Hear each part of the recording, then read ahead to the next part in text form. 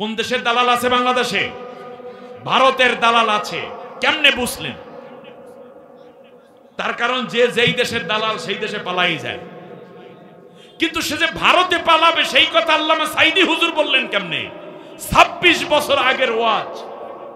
তিনি বলেছেন যে বেশি নড়াচড়া করবা না, তাহলে বাংলাদেশের মানুষেরা গাছের গোড়া ধরে ঝাঁকি দিবে, দিল্লি গিয়ে মামা বাড়ি পড়বা। ঠিক মামা গাড়ি গিয়ে পড়ছে, ঠিক কেনা বলেন? সুতরাং বোঝা যায় যে যেই দেশের দালাল সে সেই দেশে গিয়া পালায়। উনি নাকি চট করে চলে আসবেন, পোলাপান রেডি আছে, কট করে ধরে ফেলবে, ঠিক না? তাকে আসতেই হবে।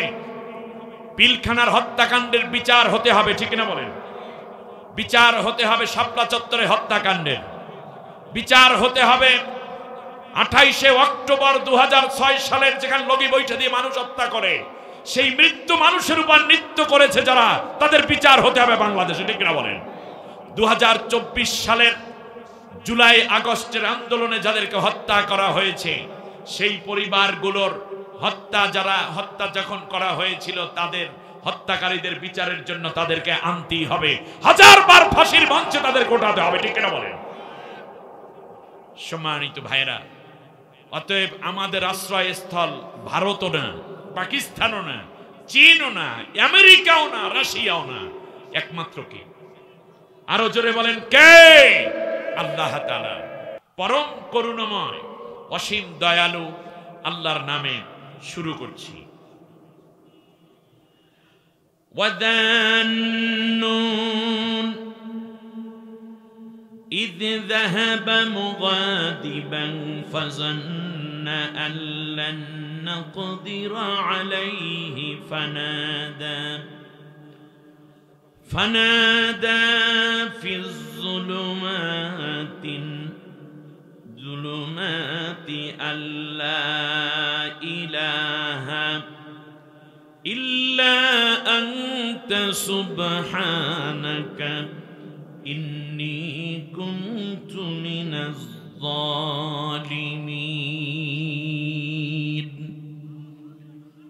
فاستجبنا له ونجيناه من الغم وكذلك ننجي المؤمنين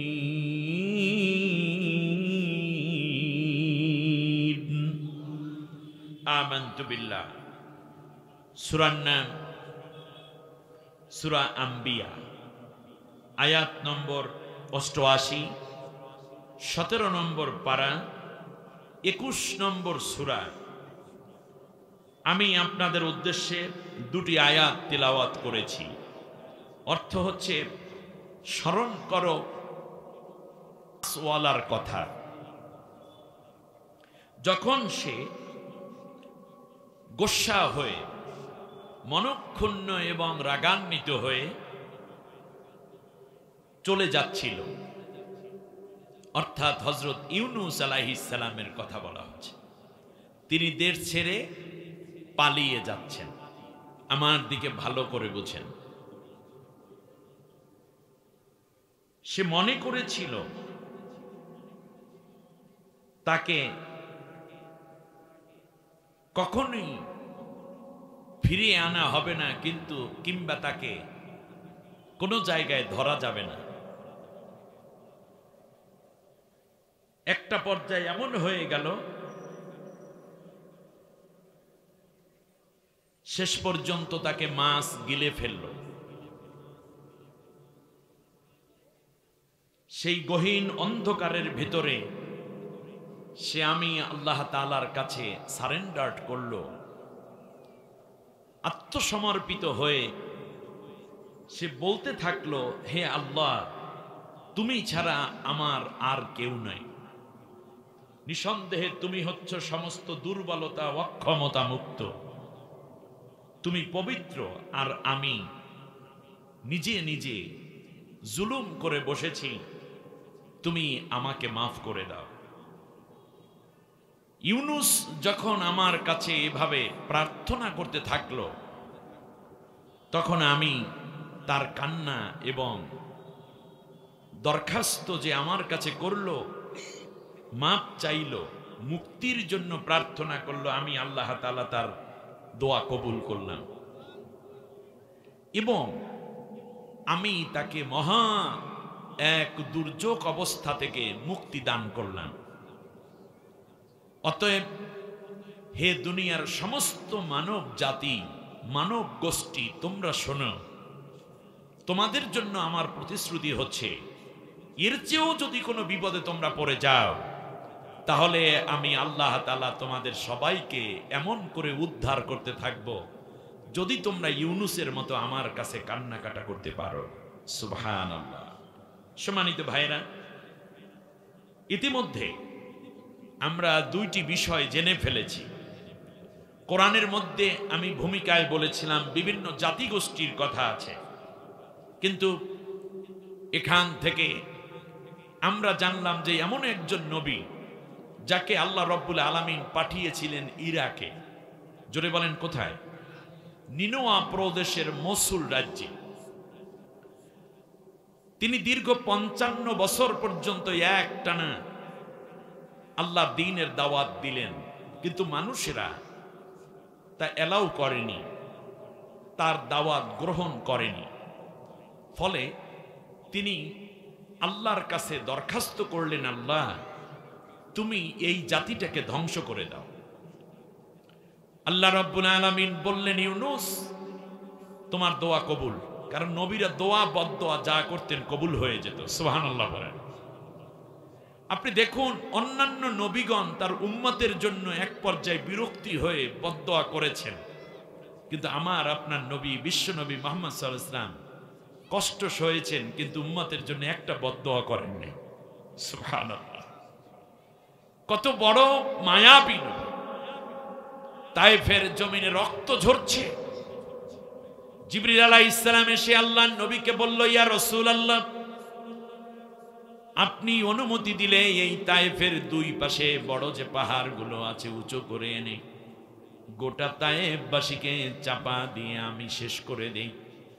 আপনার অনুমতির অপেক্ষায় আছি, আপনি একটু অনুমতি দেন।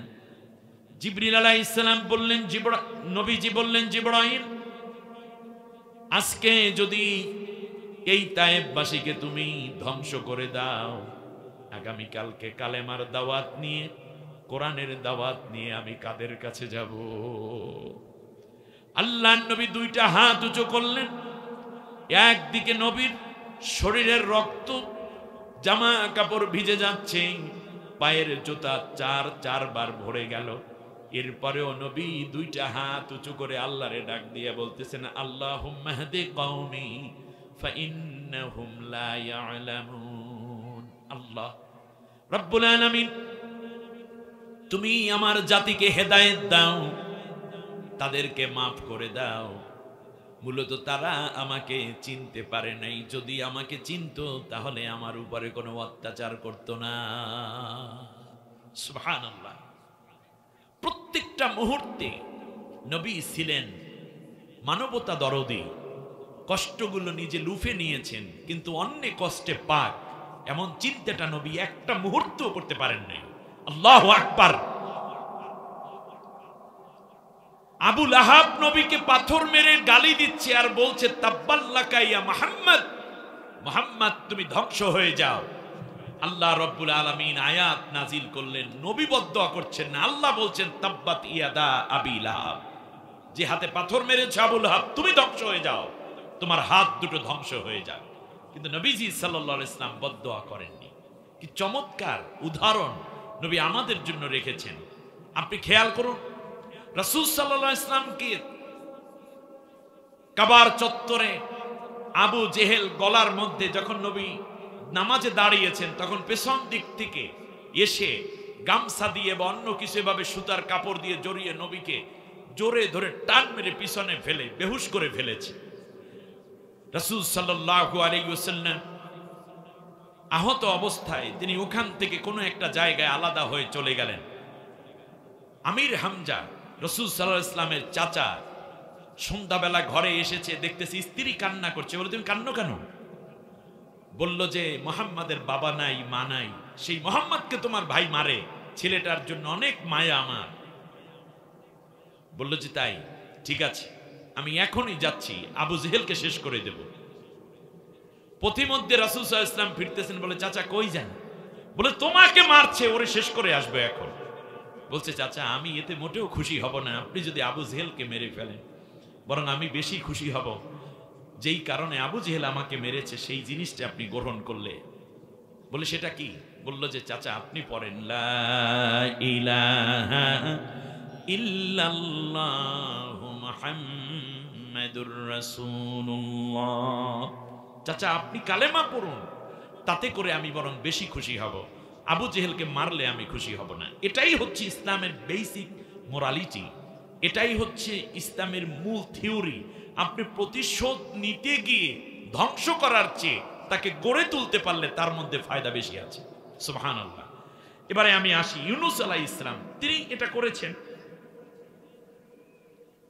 মাশাআল্লাহ, আলহামদুলিল্লাহ, চমৎকার। আমাদের মাঝে আলোচনার ফাঁকি এসেছেন সদর থানার সম্মানিত ওসি মহোদয়, কি নাম যেন, জনাব আব্দুল সালাম সাহেব, খুব ভদ্র মানুষ আলহামদুলিল্লাহ। আগে ওসি আসলে আমার কলজার পানি ফুরাই যেত। এটা শুধু আমার একা নাকি, সব বক্তাদের ওসি আসছে মানে বাবারে বাবা। আর এখন ওসি আসলে শান্তি পায় যে আলহামদুলিল্লাহ ওসি সব কিছু কথা শুনতে পারবেন, এবং আগের মতো উৎপাত নাই। এইটা ভালো নাকি আগেরটা ভালো ছিল? এখনো দেই অনেকের রোগ আছে, কয় আগেই ভালো ছিল। কত ডায়রিয়া, পাতলা পায়খানা, বমি, কত স্যালাইন গেল, তার খবর নাই। এখন যে ভালো হয়েছে এখান থেকে আর ব্যাক করার সুযোগ নাই।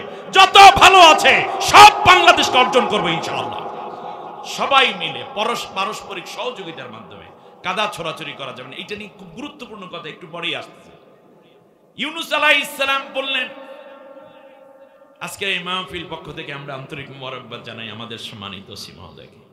সম্মানিত ভাইরা, যে কথা বলছিলাম, ইউনূস আলাইহিস সালাম জাতির লোককে বলল, শোনো তোমাদের অবস্থা ভালো নাই।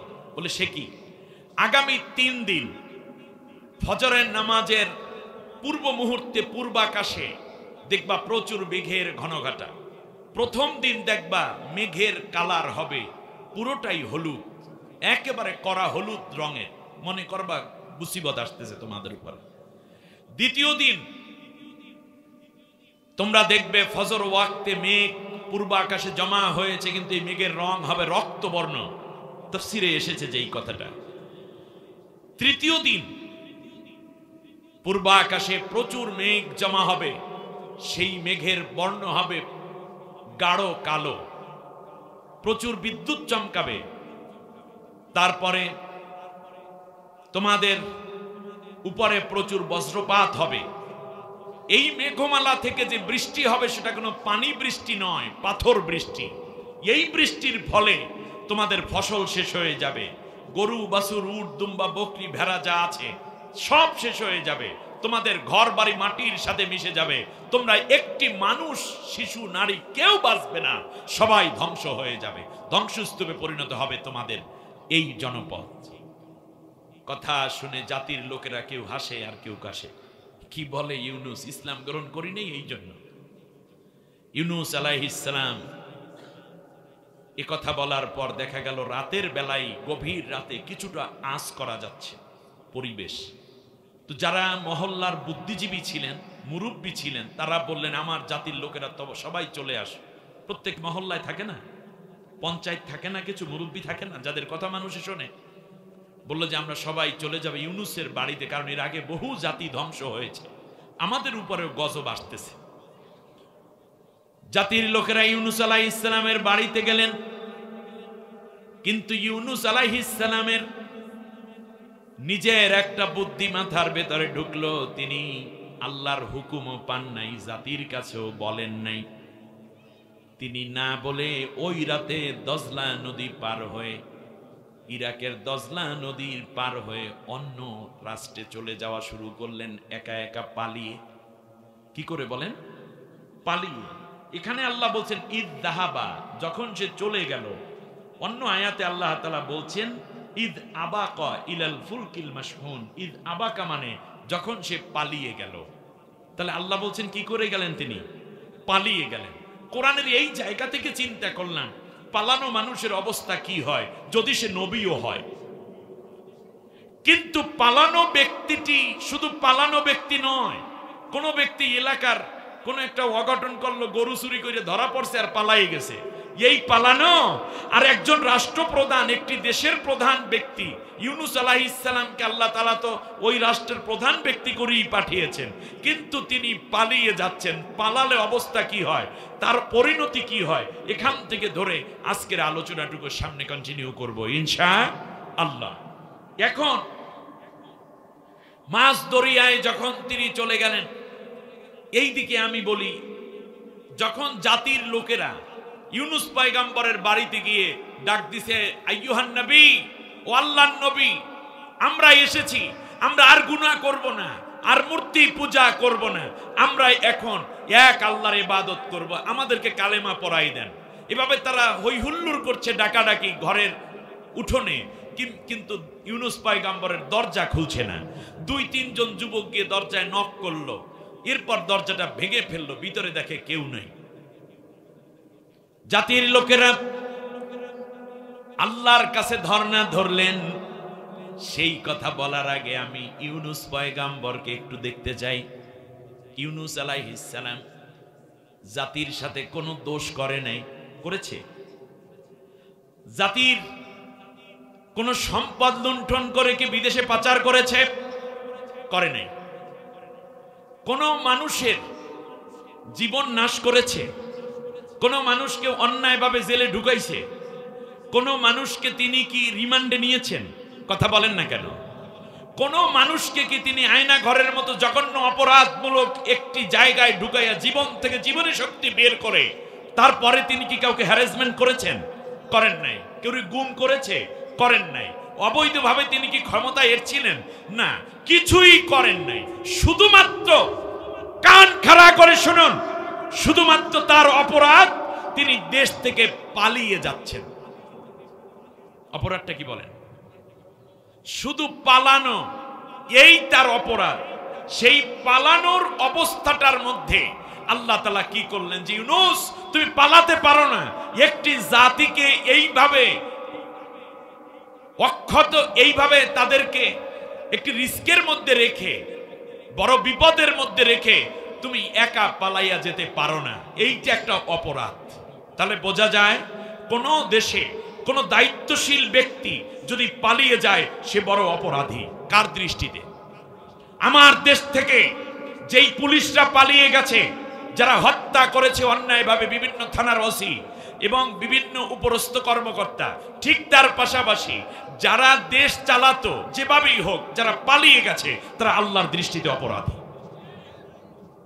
এবারে আপনি আসেন, আমি কোরআন দিয়ে বলছি, ইউনূস আলাইহিস সালামের সাথে কম্পেয়ারই হয় না, কিন্তু আমি ইউনূস পয়গম্বরের এই পালিয়ে যাওয়ার বিষয়টা সামনে আনলাম এই জন্য যে এতটুকু অপরাধে যদি এত কিছু হয়, তাহলে যারা অপরাধ করে পালিয়েছে তাদের কি হওয়া উচিত আল্লাহ তাআলার কাছে, তাদের ব্রেইনটা যেন একটু চিন্তা করার সুযোগ পায়। ঠিক তার পাশাপাশি যারা পালাইতে পারেন নাই তারা কি করবেন?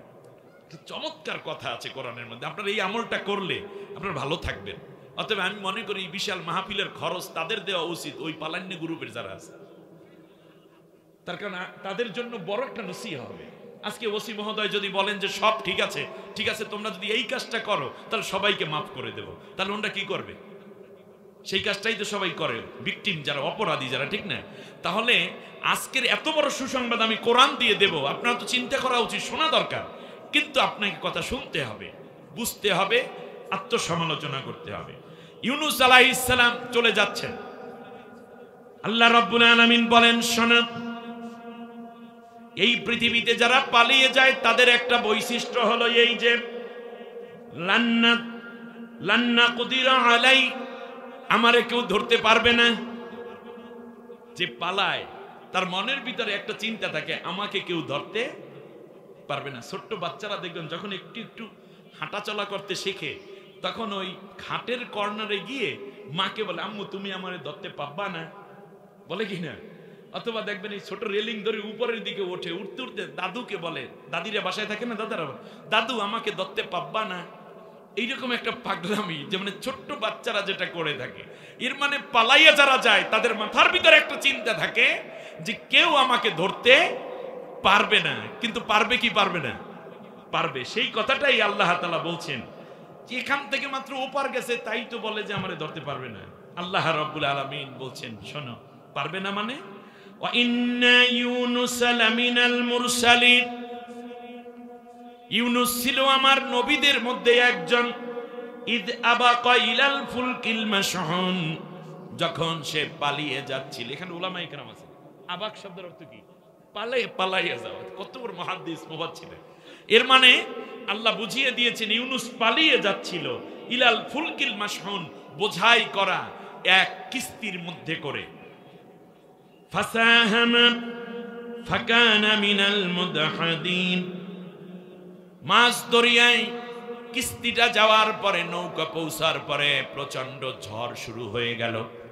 এই ঝড়ের মধ্যে যত মালামাল ছিল নৌকার মধ্যে ফেলে দেয়া হলো ঝড় থেকে বাঁচার জন্য। এরপরেও থামে না ঢেউ, থামে না নৌকার রুলিং, পড়ে যাবে পড়ে যাবে। নৌকার মাঝি মাল্লারা সিদ্ধান্ত নিল এখন একটা লটারি হবে। ফাসা হামা মানে এখন একটা লটারি হবে। ফাকানা মিনাল মুদহাদিন, এই লটারিতে 3 বার করে নাম ডাকা হলো, নাম আনা হলো।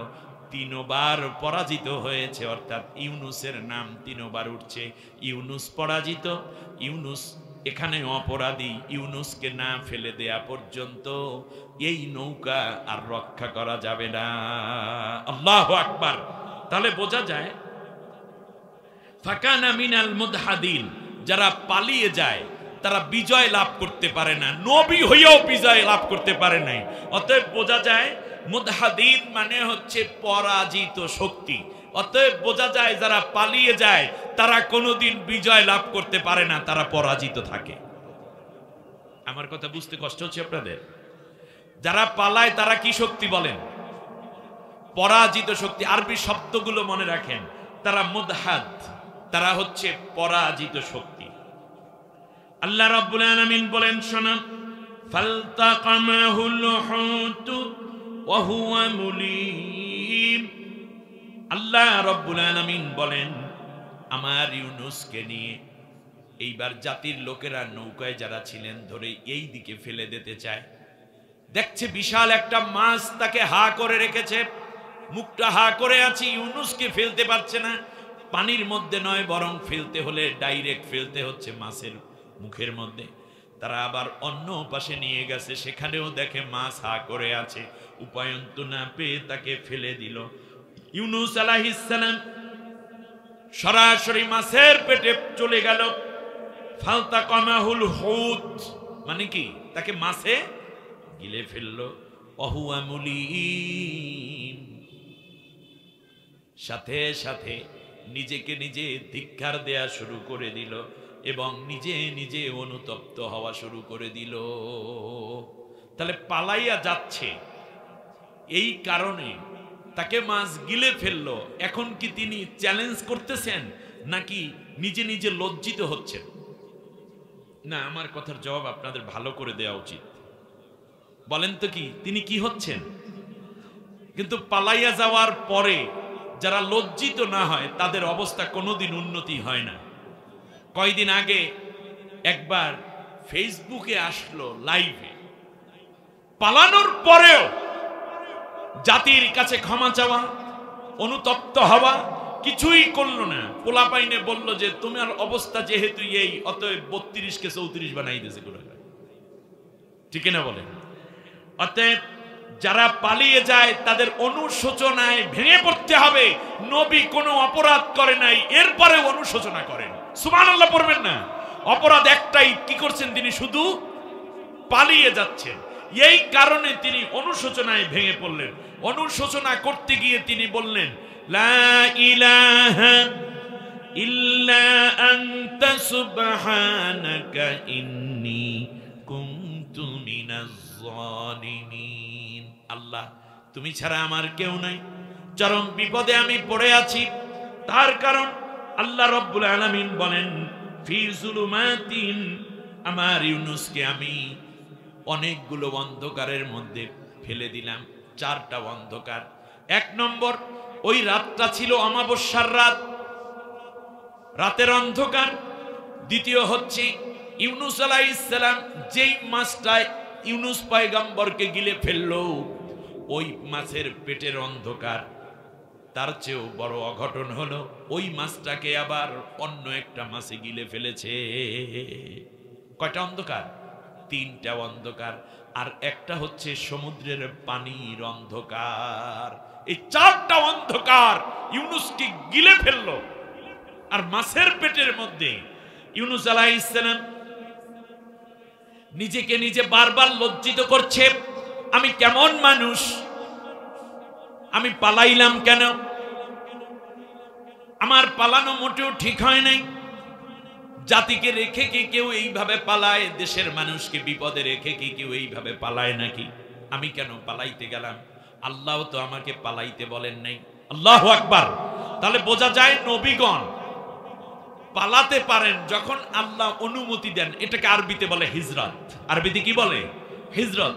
মক্কার মুসলিমগণ যখন বলল যে রাসূলুল্লাহ আপনি হিজরত করেন, আপনি তো কিছু লোককে আবিসিনিয়ায় হিজরতে পাঠিয়েছেন, মদিনায় কিছু লোককে পাঠিয়ে দিয়েছেন, আপনিও হিজরত করেন, তাহলে আমরা সবাই চলে যেতে পারবো। নবী বললেন আমি হিজরত করতে পারি না যতক্ষণ না আল্লাহ আমাকে অনুমতি দেন।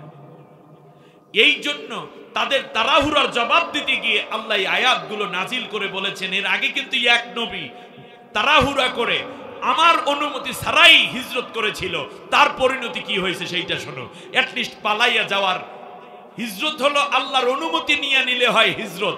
আর আল্লাহর অনুমতি ছাড়া যারা পালাবে, যারা চলে যাবে দেশ থেকে, সেইগুলো কি হবে? পলায়ন হবে।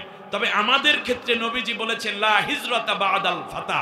মক্কা বিজয় হয়ে যাওয়ার পর কিয়ামত পর্যন্ত কোনো মানুষ তার দেশ ছেড়ে আর পালানোর সুযোগ নেই, কোনো মোমেন্ট পালাবে না। এজন্যই আমাদের দেশ থেকে আল্লামা সাইদি সাহেবের মতো মানুষকে মিথ্যা অভিযোগ দিয়ে ফাঁসির রায় পর্যন্ত দেয়া হয়েছিল। পরবর্তীতে জেলের মধ্যে 13 বছর, এরপরও মরে না দেখা শেষ পর্যন্ত শরীরের মধ্যে বিষাক্ত ইনজেকশন পুশ করে তারপর তাকে হাসপাতালে নিয়ে মারা হয়েছে। ঠিক কিনা বলেন? এই বিচার বাংলার জমিনে হতে হবে। আজ বাংলাদেশের মানুষ কিছুটা আশায় বুক বেঁধেছে। আশা করছি বিচার জাতির সামনে আসবে ইনশাআল্লাহ। বাংলাদেশে ইসলামপন্থীদেরকে ফাঁসি দেয়া হয়েছে, গুম করে হত্যা করা হয়েছে। তাদের বিদেশে যাওয়ার সুযোগ ছিল, ঠিকই না বলেন? সাইদি সাহেবকে প্রায় 88টা রাষ্ট্র থেকে প্রস্তাব দিয়েছিল চলে যাওয়ার জন্য। তিনি কি গ্রহণ করেছেন? না। শুধু তাই না, আমি যদি বলি বেগম খালেদা জিয়ার কথা, এত বছর বয়সী এক নারী, তিনিও তো চাইলে বিদেশে চলে যেতে পারতেন না। কারণ দেশপ্রেমিক যারা, তারা মরে দেশের মধ্যে। সালাউদ্দিন কাদের চৌধুরী চাইলে বিদেশে যেতে পারতেন, কিন্তু না। অতএব দেশপ্রেমিক যারা, তারা দেশ ছেড়ে পালায় না। ইউনুস আলাইহিস সালাম কেন পালালেন? আল্লাহর অনুমতি ছাড়াই। যেহেতু গজব আসবে আমি চলে যাই, এটা ছিল তার ইচ্ছে। কিন্তু নবী কোনোদিন ইচ্ছায় চলতে পারে না আল্লাহর হুকুম ছাড়া। এই জায়গাটুকু শুধু এই কারণে আল্লাহ রাব্বুল আলামিন তাকে 4 অন্ধকারের ভিতর ঢুকাই দিলেন। আপনারা জানেন সমুদ্রের পানিগুলো 3 স্তরে। উপরের স্তরে ঢেউ, মাঝের স্তরে স্রোত থাকে। যদি এই স্রোত উপরের স্তরে উঠে আসতো তাহলে খড়কুটা ছিঁড়ে ভিড়ে টুকরা টুকরা হয়ে যেত। কোনো যানবাহন, কোন রকমের জলযান এই সমুদ্রে চলতে পারতো না। নদীগুলো এত খরস্রোতা হয়ে যেত, ফলে দেখা যাইতো কিনার ভেঙে মানুষের আবাস বাড়ি শুধুই ভাঙতো আর ভাঙতো। এজন্য আল্লাহ রাব্বুল আলামিন উপরের স্তরে রেখেছেন ঢেউ, মাঝের স্তরে রেখেছেন স্রোত, আর শেষের স্তর রেখেছেন একেবারে নিরিবিলি। একেবারে নিচের স্তরে কোনো স্রোতও নাই, ঢেউও নাই, শান্ত। বড় বড় মাছগুলো একেবারে নিচের স্তরে গিয়ে ডিম দেয় এবং বিশ্রাম করে। ইউনুস আলাইহিস সালাম মাছের পেটে, সেই মাছ অন্য মাছে গিলে ফেলেছে। ইউনুস আলাইহিস সালাম যখন একেবারে সমুদ্রের তলদেশে চলে গেলেন, তখন শুনতে পেলেন চারপাশে আল্লাহ রাব্বুল আলামিনের জিকিরের আওয়াজ। ওই ছোট্ট ছোট্ট পাথরগুলো কিংবা মাছগুলো বড় বড় মাছগুলো এবং সমুদ্রের থাকা অন্য জীব যেগুলো আছে সবাই আল্লাহর তাসবিহ পড়ে। ইউনূস আলাইহিস সালাম চোখের পানি ছেড়ে আল্লাহরে ডাক দিয়ে কয়, রব্বুল আলামিন, আমিও তোমার তাসবিহ পড়ি, লা ইলাহা ইল্লা আনতা সুবহানাকা ইন্নী কুনতু মিনাজ জালিমিন। সুবহানাল্লাহ।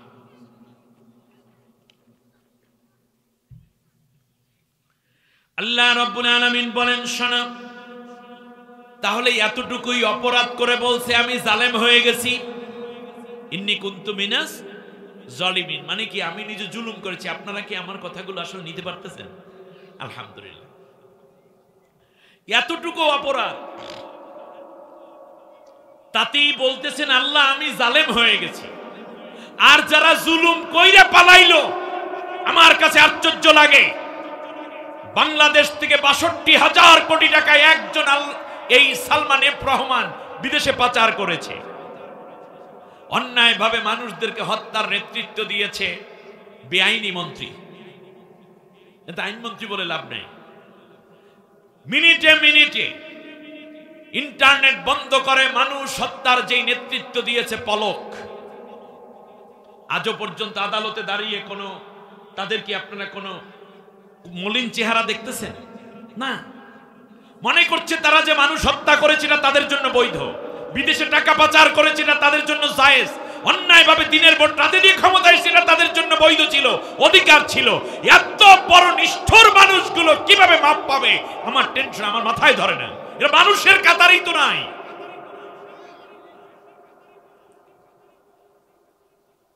এবার খেয়াল করুন, আমি আপনার বিবেকের কাছে কিছু কথা রেখে গেলাম। এমনকি গ্রামের সাধারণ একজন, এই দলের একজন কর্মী, নারী কিংবা পুরুষ অথবা তাদের ছাত্র সংগঠনের কেউ একবার বলছে না যে আমাদের অন্যায় ছিল। এরা জ্ঞান পাবি, মানব কুলে জন্মানো নরপিশাচ, এরা ঠিক কিনা বলেন?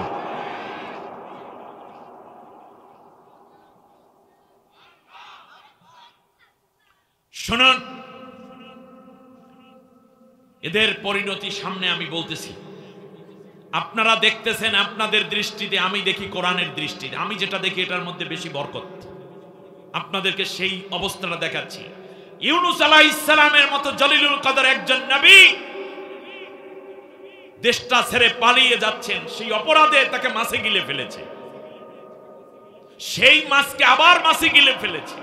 এরপরেও তলদেশে গিয়ে তিনি দোয়া পড়তেছেন, লা ইলাহা ইল্লা আনতা সুবহানাকা ইন্নী কুনতু মিনাজ জালিমিন। আল্লাহ, তুমি ছাড়া আমার কেউ নাই, আমারে মাফ করে দাও, আমি একটা জালেমের মধ্যে অন্তর্ভুক্ত হয়ে গেছি। আবারটাই জুলুম, আর যারা জুলুম কইরা যায় তারা ডাবল জালেম। আল্লাহ রাব্বুল আলামিন বলেন, ওয়াহুয়া মুলিম, আর নিজে নিজেকে ধিক্কার দিচ্ছি। প্রত্যেক মুমিনের উচিত অন্যায় যদি হয়ে যায় নিজেকে নিজে আত্মসমালোচনা করা, দোষ দিয়ে কিংবা কোনো গোসামিলের আশ্রয় না নিয়ে ডাইরেক্ট নিজেকে ছিছি, আমি নামাজটা পড়তে পারলাম না, ছিছি, আমি ওনাকে ভেজাল মাল কেন দিলাম, ছি, আমি এই ফরমালিন দেওয়া মাছ বাজারে বিক্রি করে মানুষের কাছ থেকে টাকা আনি, ছি, আমি মাপে কম দেই, ছি, আমি আমার স্বামীর সম্পদ চুরি করলাম, ছি, আমি আমার স্ত্রীকে এইভাবে একটা থাপ্পড় মারলাম, ছি, আমি আমার বাবার সাথে এইভাবে জোরে রাগ করলাম, ছি, আমি একজন সামান্য রিক্সাওয়ালা ড্রাইভারকে একটা থাপ্পড় মারলাম কিংবা তারে 5 টাকা কম দিলাম, ন্যায্য ভাড়াটা দিলাম না, ছি, আমি অমুকের টাকা এনে যথা সময় আমি তার ব্যাক করলাম না, ছি, আমি একটা মুনাফিক হয়ে গেলাম। এই রকম করে করে নিজেকে নিজে যারা ধিক্কার দেয় তারাই আল্লাহর কাছে বড় হয়ে যায়, তারাই মাপ পাওয়ার উপযুক্ত। আজকে যদি আমার সমাজে এই মুলিম হওয়ার যদি অভ্যাস থাকতো তাহলে বহুত আগেই বাংলাদেশটা সোনার বাংলা হয়ে যেত। নেতা বললো আর আমি দিনের ভোট রাতে দিয়ে ফেললাম, ঠিক, আমি প্রাইমারি হাই স্কুলের টিচার, তা আমাকে বললো যে হ্যাঁ তোমাদেরকে চাকরি দেবো, বোনাস দেবো, এই কথা বললো, আর আমরা রাতে রাতে ধরে ধরে সিলগুলা মাইরা খালি বাক্স বইরা দিয়ে দিলাম, ছি, আমি এত খারাপ। পুলিশগুলো যদি বলতো যে আমার চাকরি বাঁচানোর জন্য আমাকে অর্ডার করেছে গুলি করার জন্য, আমার সামনে দাঁড়িয়ে থাকা আবু সাইদ মুগ্ধরা এমনি করে নির্দোষ মানুষদেরকে আমি এভাবে গুলি করবো, ছি, এই চাকরি আমার দরকার নেই, আমি মানবপুরে জন্মানো সবচেয়ে বড় খারাপ জাতি। তোমার ধিক্কার দিলে কোথায় তুমি? শুধু তাই 26,000 কোটি টাকা বিদেশে, 62,000 কোটি টাকা বিদেশে পাচার করা লোকটি নিজের দাড়িও কামাই ফেলেছে। বলো ঠিক, ওদের জন্য ঠিক। শুধু তাই না, পুলিশে ধরার পরে রিমান্ডে নিল, বলল স্যার দাড়ি কামাইলেন কে? তোমাদের ইসলামিক জ্ঞান টেন নাই কিছু। কোনটা? বেটা দাড়ি রেখা সুন্নত আর জান বাঁচান ফরজ। ফরজ রক্ষা করতে যাইয়ে সুন্নত কামাই ফেলাইছে। ছি, রাইট, সুন্দর কথা। ছি, বলো এখন স্লোগান কি? ছি। শুধু তাই, আর একজনে 5 জন বিচারপতি ছিল। ইতিহাস সাক্ষ্য দেয় আন্তর্জাতিক অপরাধ ট্রাইব্যুনালের সেই তথাকথিত রায়ে 4 জন বিচারপতি বিব্রত ফিল করেছে যে আল্লামা সাইদির বিরুদ্ধে আমরা রায় দিতে রাজি না। একটা বদমাইশ ধরে নিয়ে আসছে, নাম কালামানিক। সে সাইদি সাহেবের বিরুদ্ধে মৃত্যুদণ্ড রায় দিয়েছে। সে গর্ব করে টেলিভিশনে বলতে, আমি সাইদিকে ফাঁসি দিয়েছি। আল্লাহ রব্বুল আলামিন ধরা খাওয়াইয়া দিয়েছে। কোন জায়গায়? সিলেটে কলাপাতার উপরে রায়। একেবারে সেই কথাটাই আল্লাহ কোরআনে এখন বলবেন। খুব সাবধান, আমরা এখনই সেইটা দেখব তাদের পরিণতি কোন দিকে যায়। ওই একজনে কলাপাতায় শুইছে, সব ওই কায়দায় শুইতে হইবে, কিছু করার নেই। আসতেছে সামনে, আমি বানাই বলবো না, একটু সামনে আস। নিজেকে নিজে ধিক্কার দাও। মানুষ মেরেছ তোমরা, মরা মানুষটার জানাজাটা পর্যন্ত পড়তে দাও নাই। মানুষকে, আমার দেশের ছাত্রদেরকে হত্যা করে সেই মৃত্যুদেহ তোমরা আগুনে পুড়িয়েছ।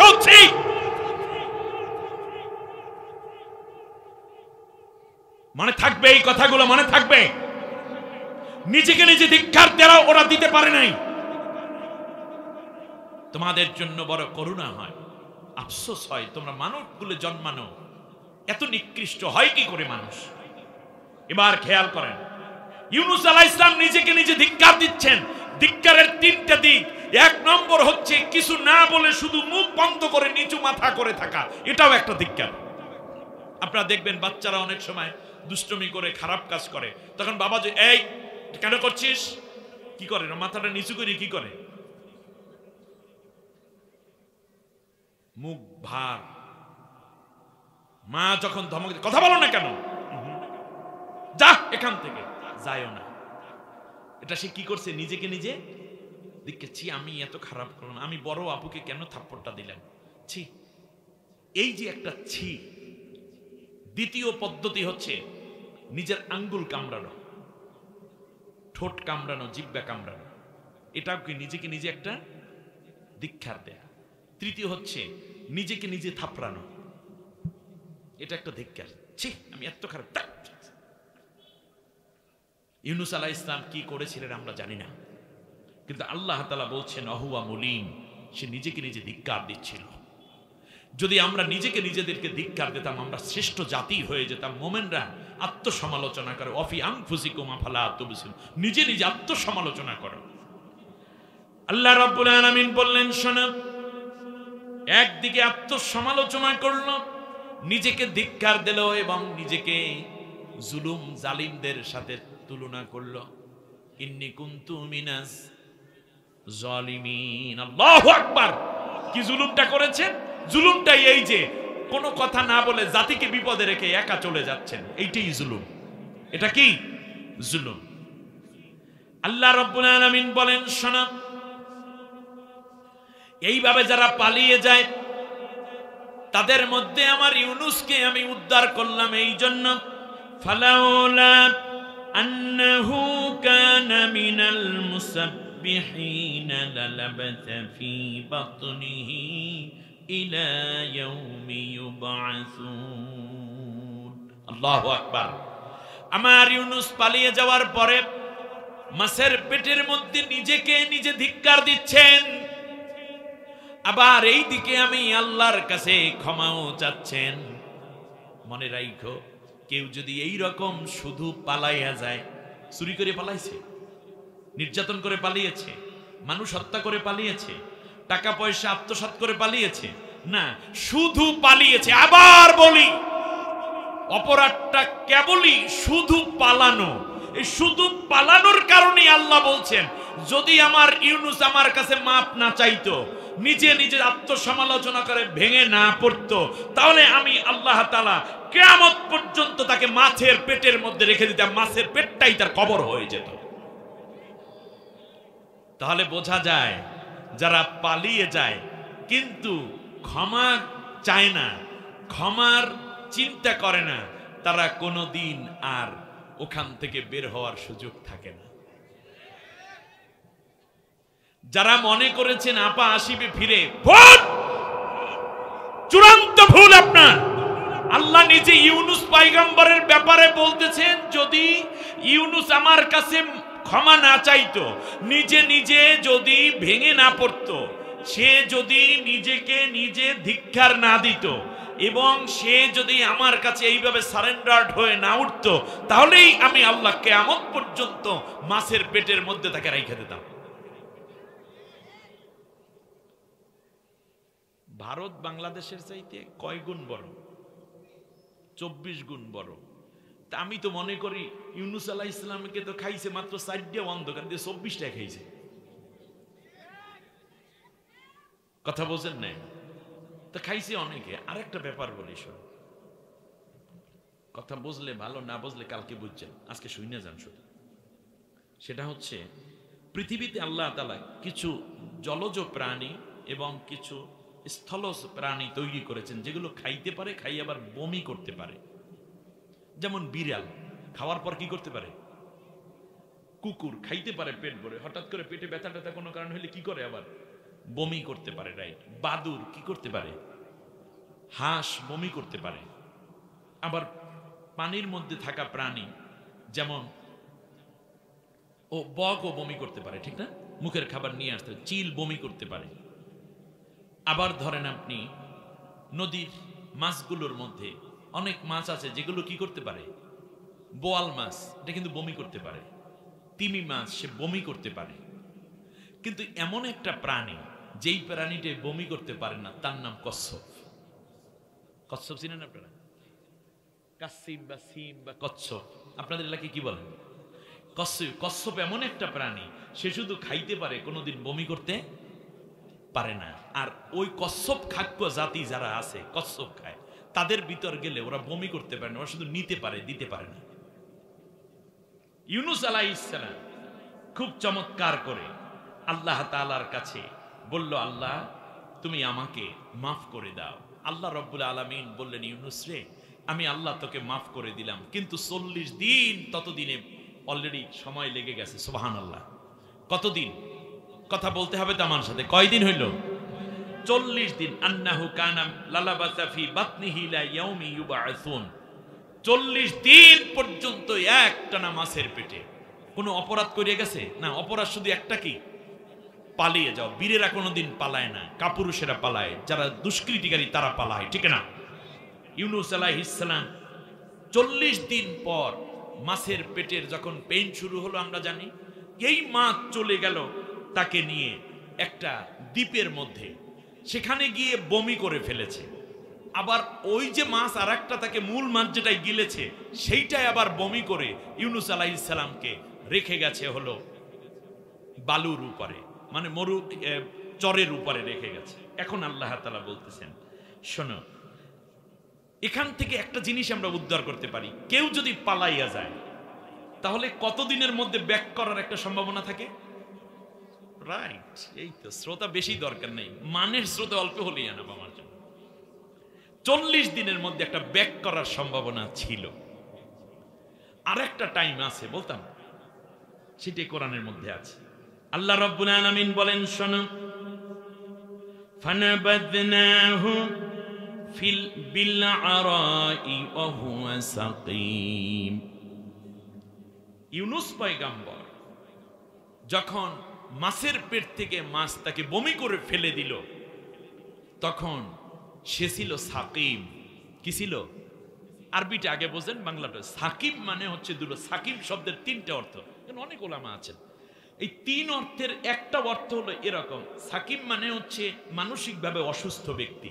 এটাকেও আরবিতে কি বলে? সাকিম। যেমন ইব্রাহিম আলাইহিস সালাম যখন জাতির লোকেরা বলল চলো মূর্তি পূজা করতে যাই, ফানাজারা নাজরাতান ফাকালা ইন্নী সাকিম, তখন তিনি বললেন আমি মানসিকভাবে, তোমরা যে মূর্তি পূজা টুজা করো এগুলোর সাথে আমি একমত না, বিদে আমি যাব না, আমি অসুস্থ। এই অসুস্থ মানে কি? মানসিকভাবে আমি এখন কষ্টে আছি, তোমরা পূজা করতেছো আল্লাহকে ব্যতীত, এই জন্য আমি যাব না। আর এক সাকিম শব্দের অর্থ হলো যেই ব্যক্তি কখন দাঁড়াবে বা কখন চলবে, কোথায় যাবে, এই ব্যাপারে যার কোনো ইনস্ট্রাকশন থাকে না, যার ডেস্টিনেশন জানা থাকে না, তাকেও আরবিতে বলে সাকিম। তাকে কি বলে? সাকিম। তাহলে দেখুন, একটা হচ্ছে মানসিক যন্ত্রণা, আরেকটা হচ্ছে যার ডেস্টিনেশন জানা নাই, তাকেও বলে সাকিম।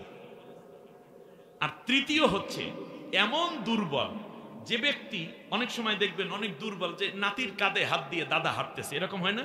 বা লাঠিতে ভর দিয়ে, অথবা কোন রকম দাঁড়াইয়া দাঁড়াই নিজে ধরে ধরে ওয়াল ধরে ধরে একটু দূরে ওয়াশরুম বন্ধ যেতে পারে, কিন্তু এটাকেও শক্তি বলা হয়। কিন্তু সাকিম বলা হয় এইরকম দুর্বলকে, যে আপনি মনে করেন একটা লোক বেহুশ হয়ে পড়লো হঠাৎ, আপনি ধরলেন পিছন দিকে উঠাইয়া, এখন অটোতে উঠাইবেন হাসপাতালে নেয়ার জন্য, কিন্তু আপনি এভাবে তাকে জোর করে ধরে বুকের সাথে তার পিঠটা লাগাইয়া দাঁড় করান, কিন্তু উনি কি হয়ে যায়? পড়ে যায়। এরকম কোন রোগী আপনার জীবনে ধরেছেন? এইটাকে আরবিতে বলে সাকিম। তাই সাকিমের তিনটা অর্থ। এক নম্বর হচ্ছে মানসিক যন্ত্রণা, দ্বিতীয় হচ্ছে যার ডেস্টিনেশনহীন পথ চলা, যার গন্তব্য না জানা মানুষ, আর তৃতীয় হচ্ছে যাকে শেল্টার দিয়েও দাঁড় করানো যায় না। এই তিন ধরনের মানুষকে আরবিতে বলে সাকিম। আমার তো মনে হয় যারা পালাইয়ে গেছে, যে আপু পালিয়েছেন, এই তিনটা রোগ তার ভিতরে আছে। এমন কি তাকে হাজার চেষ্টা করেও আপনি দাঁড় করাতে পারবেন না। ভেতরের ষড়যন্ত্রকারী আর বাইরের দাদা বাবুরা কোনো কাজ হবে না, তার কারণ তাকে দাঁড় করানো সম্ভব নয়। আল্লাহ তাআলা ইউনুস আলাইহিস সালামকে সামনে এনে বলতেছেন যে 40 দিন পরেই তো তারে দাঁড় করানো সম্ভব হয় নাই, তিনি ছিলেন সাকিম। সুবহানাল্লাহ পড়েন।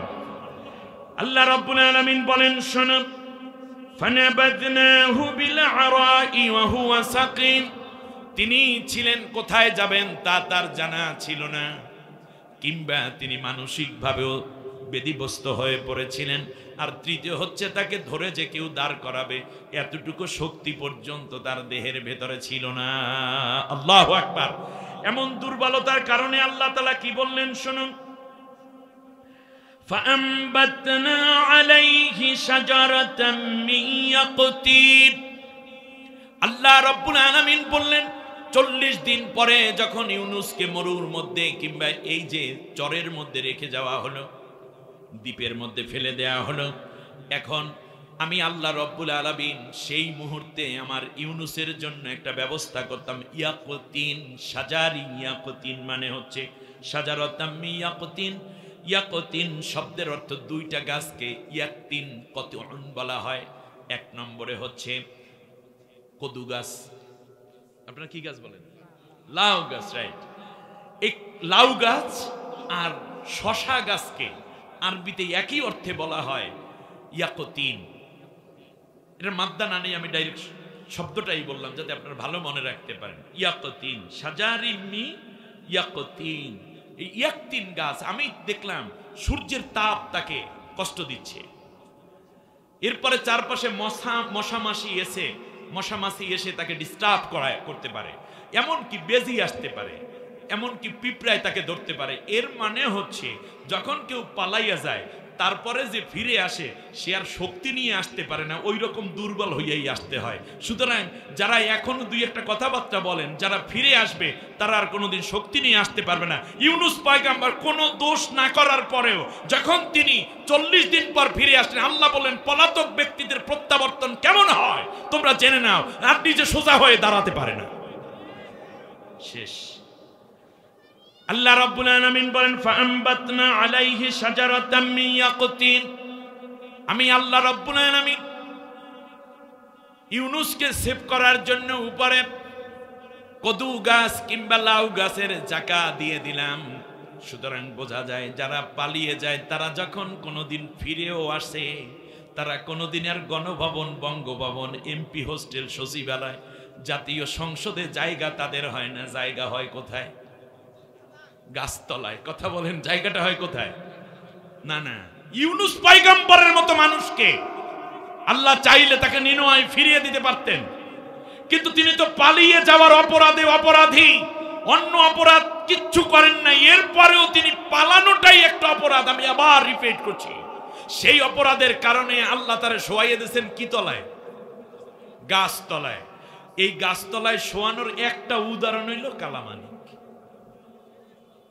বাংলাদেশের এত বড় একজন বিচারক তথাকথিত, আল্লাহ রব্বুল আলামিন তারে শোয়াই দিয়েছেন কিসের তলায়? গাছতলায়। তাহলে বোঝা যায় যারা পালাইবে তাদের স্থান হবে কোথায়? গাছতলায়। অতএব কেউ যদি মনে করেন আবার মনে হয় সেই সম্মান ইজ্জত ফিরিয়ে আসিবে, ভোট কশিন কালেও নয়। আপনার লজ্জার জন্য আল্লাহ এটা করে দিবেন। ইউনুস আলাইহিস সালামকে চাইলে আল্লাহ তো কুন ফায়াকুনের মালিক, আল্লাহ অনেক কিছু করে দিতে পারতেন, কিন্তু না, আল্লাহ আমাদের জন্য উদাহরণ বানিয়ে রেখেছেন। নবীও যদি হয় আর দেশ ছেড়ে যদি পালিয়ে যায়, জনগণকে কষ্টের মধ্যে রেখে এবং দেশের সমস্ত ক্ষতিগুলোকে যদি মানুষের সামনে রেখে একা যদি এভাবে পালিয়ে যায়, তার পরিণতি কি হয়? সে যদি নবীও হয়, অন্য কোনো অপরাধ তার নাই, এরপরেও যদি এই অবস্থা হয়, তাহলে আপনার আপার কি হইবে আপনি বুঝেন। আল্লাহ রাব্বুল আলামিন বলেন, শোনা, এরপরে আমি আল্লাহ 5 মাস পর্যন্ত একটানা ইউনুসকে গাছের নিচেই রাখলাম। আল্লাহু আকবার। কিসের নিচে? গাছের নিচে। এখনো যারা আছে ওনারা কি শান্তিতে আছে? সেই দিন পত্রিকায় দেখলাম আমির হোসেন আমু খাটের উপরে, সালমান এফ রহমান ফ্লোরে। সামনের অবস্থা কি হবে আল্লাহ ভালো জানে। এখনো পর্যন্ত একটা কথা কইতাম, ভাগ্য ভালো দেশটা ডাইরেক্ট কোনো মানে বিএনপির হাতে যায় নাই বা বিএনপি জোটের হাতে যায় নাই। যদি যাইতো তাহলে অবস্থা অনেক খারাপ হয়ে যায়। ওনারা যে শান্তিতে আছে, এই শান্তিতে না, এর মধ্যে একটু ঝামেলা আছে, সেটা বলতাম। এটা কানে কানে কইতে হইবে, যে চুপি চুপি আস্তে আস্তে কই শোনেন। আপনারা মনে করেছেন দেশের এমপিরা সব পালাই গেছে, মনে করছেন যারা এলাকার মুস্তান ছিল সব পালাই গেছে, আপনারা মনে করতেছেন অসৎ ব্যবসায়ী যারা তারা সব মনে হয় পালাই গেছে। কেউ পালাই যাইতে পারে নাই, 2-4টা মাত্র। আপায় নিজেই পাসপোর্ট ভিসা নিয়ে যাইতে পারে নাই। তারা আছে কোথায়? এইটা হলো ইউনুস চাচার বুদ্ধি। ইউনুস চাচাকে বলেন দেখি? ডক্টর মোহাম্মদ ইউনুস। এই বিপদে পড়ে যে ইউনুস দোয়াটা পড়বে আপায় তাও পারে না, কারণ ইউনুসই তার সবচেয়ে বড় শত্রু হয়ে রয়েছে। এই নামটাই শুনতে পারে না। মানুষ সব মানুষ যদি একসাথে আদালতে উঠায়, তাহলে আবার অন্যরা বলবে বাংলাদেশেই এখন গণতন্ত্র তো নাই, বরং স্বৈরতন্ত্র আবার রূপ ধারণ করিয়াছে। বক্কর চক্কর অনেক কিছু বলবে। এই জন্য চাচাই কি করছে জানেন? চিপাতের মধ্যে সবাইকে রাইখা দিয়েছে, আর সামনে 15-20 জনকে জামাই আদরে আনা নেয়, একেবারে দীপুমন হইতে শুরু করে তার হাসে টাসে, দেখেন না, ভালো টল খাওয়ান টন দেয়। এই আসে যায়, কি যে হবে তা তো তারাও জানে না, বুঝতে পারে নাই, এরা অনেক শান্তিতে আছে। আবার দেখলাম সেই দিন আমাদের কামরুল স্যার এই পর্যন্ত আমার উঠানোর কথা, দোতলায় কেন 4 তলায় উঠো না, ঝাড়ি। আর আমাদের আইন শৃঙ্খলা রক্ষাকারী বাহিনী হাসতেছে যে এখনো পর্যন্ত মূল জায়গায় তো যাও নাই, ওয়েট করো। এর মানে যদি এদের উপর কোনো সমস্যা দেখায় তাহলে অসুবিধা না, তাহলে আবার বলবে যে মানবাধিকার লঙ্ঘন হচ্ছে। এই কয়েকজন সামনে, ভিতরে আছে সব। এই জন্য চিপাতে শান্টিং দিয়া টাকা বাইর করতেছে। ডক্টর ইউনুসকে শিখাইতে যাইবেন না টাকা কেমনে আদায় করা লাগে, তাহলে আপনি একেবারে জাতীয় বোকা হইবেন। টাকা কিভাবে আদায় করতে হয় পকেট থেকে, ওই বুদ্ধি উনি বহুত আগ থেকে ভালো জানেন। চিপাতে ফালাইয়া কোথায় টাকা আছে সেইটা কও। আমার দেশের আইন শৃঙ্খলা রক্ষায় নিয়োজিত বাহিনীকে সবসময় আপনি দেখেন, আপনি ওসি দেখেন, ডিসি এই সামনে আসে, এর বাহিরে আরো বাহিনী আছে না নাই? আছে। সেখানে দেয়া হচ্ছে থেরাপি দিয়ে দিয়ে টাকা আদায় করো। সবচেয়ে বেশি টাকা ঢুকেছে গোপনে গোপনে বলি, যদিও মাইকে, কথাটা মনে রাখেন, সেটা হচ্ছে এই যে সবচেয়ে বড় রিপোর্ট যেটা আসছে যে ইউরোপীয় ইউনিয়নে সবচেয়ে বেশি টাকা ইউরোপে ঢুকছে, যার ফলে তিনি 17টা রাষ্ট্রে, ইউরোপীয় ইউনিয়নের 17 রাষ্ট্রের রাষ্ট্রদূতকে বাংলাদেশে ডেকে নিয়ে আসছেন, এনে মিটিং করেছেন। তারপর বলেছেন তোমার রাষ্ট্রের এই ব্যাংকে এই নামে এত হাজার কোটি টাকা, এত শত কোটি টাকা, এত শত কোটি টাকা, এত শত কোটি টাকা, এই টাকা আমার দেশে ফেরত দিতে হবে। সবাই এক বাক্যে বলছে স্যার আমরা বাংলাদেশকে সহযোগিতা করতে চাই, আপনি যা চান আমরা টাকা ফেরত দেব। দেখেন নি যাওয়ার সময় বইলে গেছে যে আমরা বাংলাদেশকে পূর্ণ সহযোগিতা করতে চাই। বিশ্বে এই প্রথম ইউরোপীয় ইউনিয়নের রাষ্ট্রদূতদেরকে ডেকে এনে মিটিং, যেটা ডক্টর ইউনূস করেছেন। এর মানে হচ্ছে আমার টাকাগুলো তোমার দেশে আছে, এই দেশের পাচার করা টাকা আমার দেশে নিয়ে আসবে।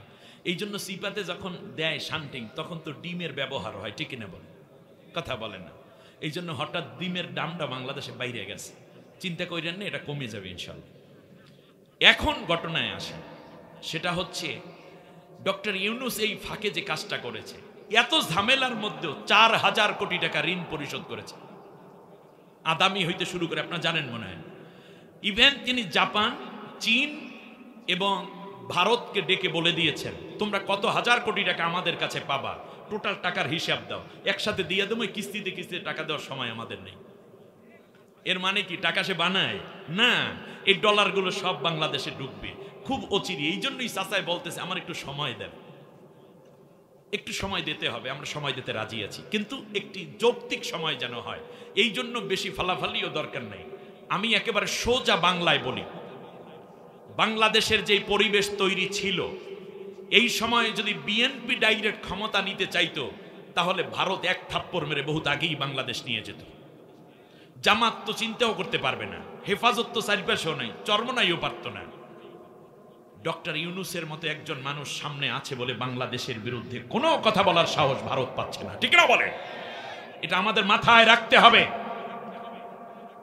সুতরাং আমি মনে করি যারা রাজনৈতিক সচেতন ব্যক্তিত্ব, আমার দৃষ্টিতে আমি একটা ছোট্ট অপিনিয়ন দিয়ে দিই, আমি ইউনূসের পক্ষেও না, বিএনপির পক্ষেও না, জামাতের পক্ষে না, আমি আমার দেশের পক্ষে, মানবতার পক্ষে, ঠিক না বলেন? সেই জায়গা থেকে একজন আলেম হিসেবে, নাগরিক হিসেবে মনে করি সেটা হচ্ছে এই যে যদি এই সরকার থাকতো, পালাতক সরকার, তাহলে আগামী কয় বছর রাষ্ট্র চালাইতো? না 4 বছর তো কমপক্ষে চালাইতো নাকি, 41-42 পরে। তাহলে কমপক্ষে আমাদের ধৈর্যের জায়গাটা একটু দেখায় যে কমপক্ষে সরকার ক্ষমতায় থাকলে মাহফিলে কি আমাদের ভাই বলতে পারতেন, আরিফ ভাই বসতে পারতেন? না, পারতেন না। আমরা কি খোলামেলা কথা বলতে পারতাম? দেশের মধ্যে কি এতগুলো স্বাধীনতার সুখ ভোগ করা সম্ভব হতো? সবাই দৌড়ের উপরে থাকা লাগতো। এখন তো সব ঠিক হয়ে গেছে, অনেকগুলো ঠিক হয়ে গেছে। এটিএম আজহারুল ইসলাম ছাড়া আমার মনে হয় রাজনৈতিকভাবে কোনো আসামি আর জেলের মধ্যে নাই। এই রকম একটি পরিবেশ যখন তৈরি হলো, আমি তো মনে করি পাওয়ারে বিএনপি এবং জামাত ইসলামী বা এই রকম রাজনৈতিক দল। তার কারণ এখন প্রশাসনে যারা আছেন তারা এই দলের কথাগুলো শুনে, এই নেতৃবৃন্দের কথা শুনে সহযোগিতা করেন এবং খুব কোঅপারেটিভ। এরা পরস্পরে যথেষ্ট ওয়েলউইশার এবং খুব সহযোগী ভূমিকায় আছে। তাহলে আপনার সমস্যাটা কোথায়? বেশি যদি ঝামেলা করা হয় তাহলে ওরা চাচ্ছে এই ঝামেলার কারণে আমাদের ভিতরে একটা দ্বন্দ্ব বাজাইয়া দিয়া আবার নতুন করে চট করে যেন কিছু একটা ঘটে যায়। এই জায়গাটায় আমি খুব সতর্কতার সাথে একটা কথা বলতে চাই, সেটা হচ্ছে বাংলাদেশের জাতীয়তাবাদী শক্তি এবং ইসলামী শক্তি যতদিন ঐক্য থাকবে ততদিন বাংলাদেশ ভালো থাকবে, ততদিন বাংলাদেশের স্বাধীনতা সার্বভৌমত্ব অটুট থাকবে। এখন বাংলাদেশ ইসলাম এবং জাতীয়তাবাদী শক্তির মধ্যে একটা ফাটল ধরানোর জন্য অপচেষ্টা চালানো হচ্ছে। এই পাতা ফাঁদে কেউ পা দিবেন না, সেনাপ্রধান ওই কথাটাই মনে হয় গতকালকের বক্তব্যে তিনি বলেছেন। এখন আল্লাহ তাআলা বলছেন, শোনো, কিয়ামত পর্যন্ত আমি আল্লাহ মাছের পেটে রেখে দিতাম ইউনূস যদি নিজেকে নিজে ধিক্কার না দিত এবং সে যদি তার দোষ স্বীকার না করত, তাহলে বোঝা যায় পালিয়ে যাওয়ার পর কেউ যদি দোষ স্বীকার না করে তাহলে সে কোনোদিন আর ফিরে আসে না। দ্বিতীয়বারে যেটা বলছিলাম সেটা ছিল 5 মাস। ইউনূস আলাইহিস সালামকে আল্লাহ তাআলা এইভাবে গাছের ছায়ায় নিচে রেখেছেন কয় মাস? এই 5 মাস পরে ফিরে আসার একটা, আমি ভাবছিলাম যে চট করে বলছে যেহেতু কি জানি হয়ে যায়, পরে কোরআন খুললে দেখলাম 5 মাসের বেশি নেই। কোন মুফাসসির বলছেন 6 মাস পরে ইউনূস আলাইহিস সালাম তার জাতির কাছে পাঠিয়েছিলেন ইউনূসকে, তাহলে বোঝা যায় 6 মাসও ওভার, ঠিক না বলেন? এখন কি হবে আল্লাহ রাব্বুল আলামিন বলতেছেন শোনো, সেটা হচ্ছে এই যে আমি ইউনূসকে বললাম, ইউনূস তুমি যেই মানুষদের কাছ থেকে বিপদে ফালাইয়া মানুষদেরকে তুমি যে পালাইয়া গেছো, তোমার কর্তব্য হচ্ছে প্রত্যেক মানুষের কাছে গিয়ে গিয়ে মাপ চেয়ে ইসলামের দাওয়াত দাও। আল্লাহ রাব্বুল আলামিন বলেন আরসালনাহু ইলা মিআতি আলফিন আও ইয়াজিদুনা ফাআমানু ফামাত্তা'নাহুম ইলা হিন। আল্লাহু আকবার। ইউনূস আলাইহিস সালামকে আল্লাহ বললেন যাও, তুমি যাদেরকে ফেলে বিপদে ফেলে পালিয়ে গেছো নিজে নিজে তাদের কাছে যাওয়ার, আমি বলবো যাদেরকে রেখে পালিয়ে গেছেন প্রত্যেকের কাছে কাছে এসে আপনার ক্ষমা চাইতে হবে, নিজের দলের হোক আর বিরোধী দলের হোক। কিন্তু মজার ব্যাপার আছে, সেটা হচ্ছে এই যে ইউনূস আলাইহিস সালামের জাতির লোকের সংখ্যা ছিল তখন আল্লাহ বলছেন মিয়াতা আলফিন আও ইয়াজিদুন। মিয়াতা আলফিন মানে 100,000। 100,000 কত হয়? মাত্র 1 লাখ। আও ইয়াজিদুন মানে এর চেয়ে কিছু বেশি। তখন ইরাকের নিনোয়া নামক জনপদে ছিল 1 লাখের কিছু লোক। ইউনূস আলাইহিস সালাম এসে প্রত্যেকের হাত ধরছে এইভাবে, ভাই গো আপনাদেরকে রাইখা যাওয়া আমার মোটেও ঠিক হয়নি, আমারে মাফ করে দেন। আপনাদের উপর তো গজব আসছিল, আল্লাহই না মাফ করছে, আপনাদেরকে রাইখা যাওয়ার মতো অপরাধ আমি করছি, মাফ করেন ভাই, আমারে মাফ করে দিয়েন ভাই, আমারে মাফ করে, চাচা তুমি আমার মাফ করে দেন, না আমারে মাফ করে দিয়েন। তো ওই যাদের কাছে মাপ চায় তাদের কাছে আবার ইমানের দাওয়াত দেয়। আল্লাহ রাব্বুল আলামিনের দয়া, ইউনূসের মাপ চাওয়া এবং ইমান আনা দুইটাকে আল্লাহ তাআলা একসাথে নিয়ে মাপও করে দিলেন ইউনূসকে এবং ইমানদারও বানাই দিলেন জাতিকে। সুবহানাল্লাহ বলেন। সংখ্যা ছিল কত? 1 লাখ প্লাস। বাংলাদেশের লোক সংখ্যা কত? 18 কোটি ধরেন, 18-20 যাই হোক, এটা আদমশুমারি হওয়া দরকার বাংলাদেশে এখন। তো যাই 18 কোটি ধরেন, 18 কোটি মানুষের কাছে প্রত্যেকের কাছে যদি 5 মিনিট করে, আমি একটা হিসাব করি, 5 কোটি মানুষের কাছেও দেয়, তাহলে 5 18 কত? 90 কোটি মিনিট। খেয়াল করেন নাই মনে হয়? 90 কোটি মিনিট, তাতে কত লক্ষ ঘন্টা হয়, তাতে কত বছর লাগে। ইউনূস আলাইহিস সালাম 450 বছর হায়াত পাইছে, মাপটাপ চাইয়া একটা কিছু হইছে। আর তাহলে এখানে যদি হয় তাহলে লাগবে 544 বছর।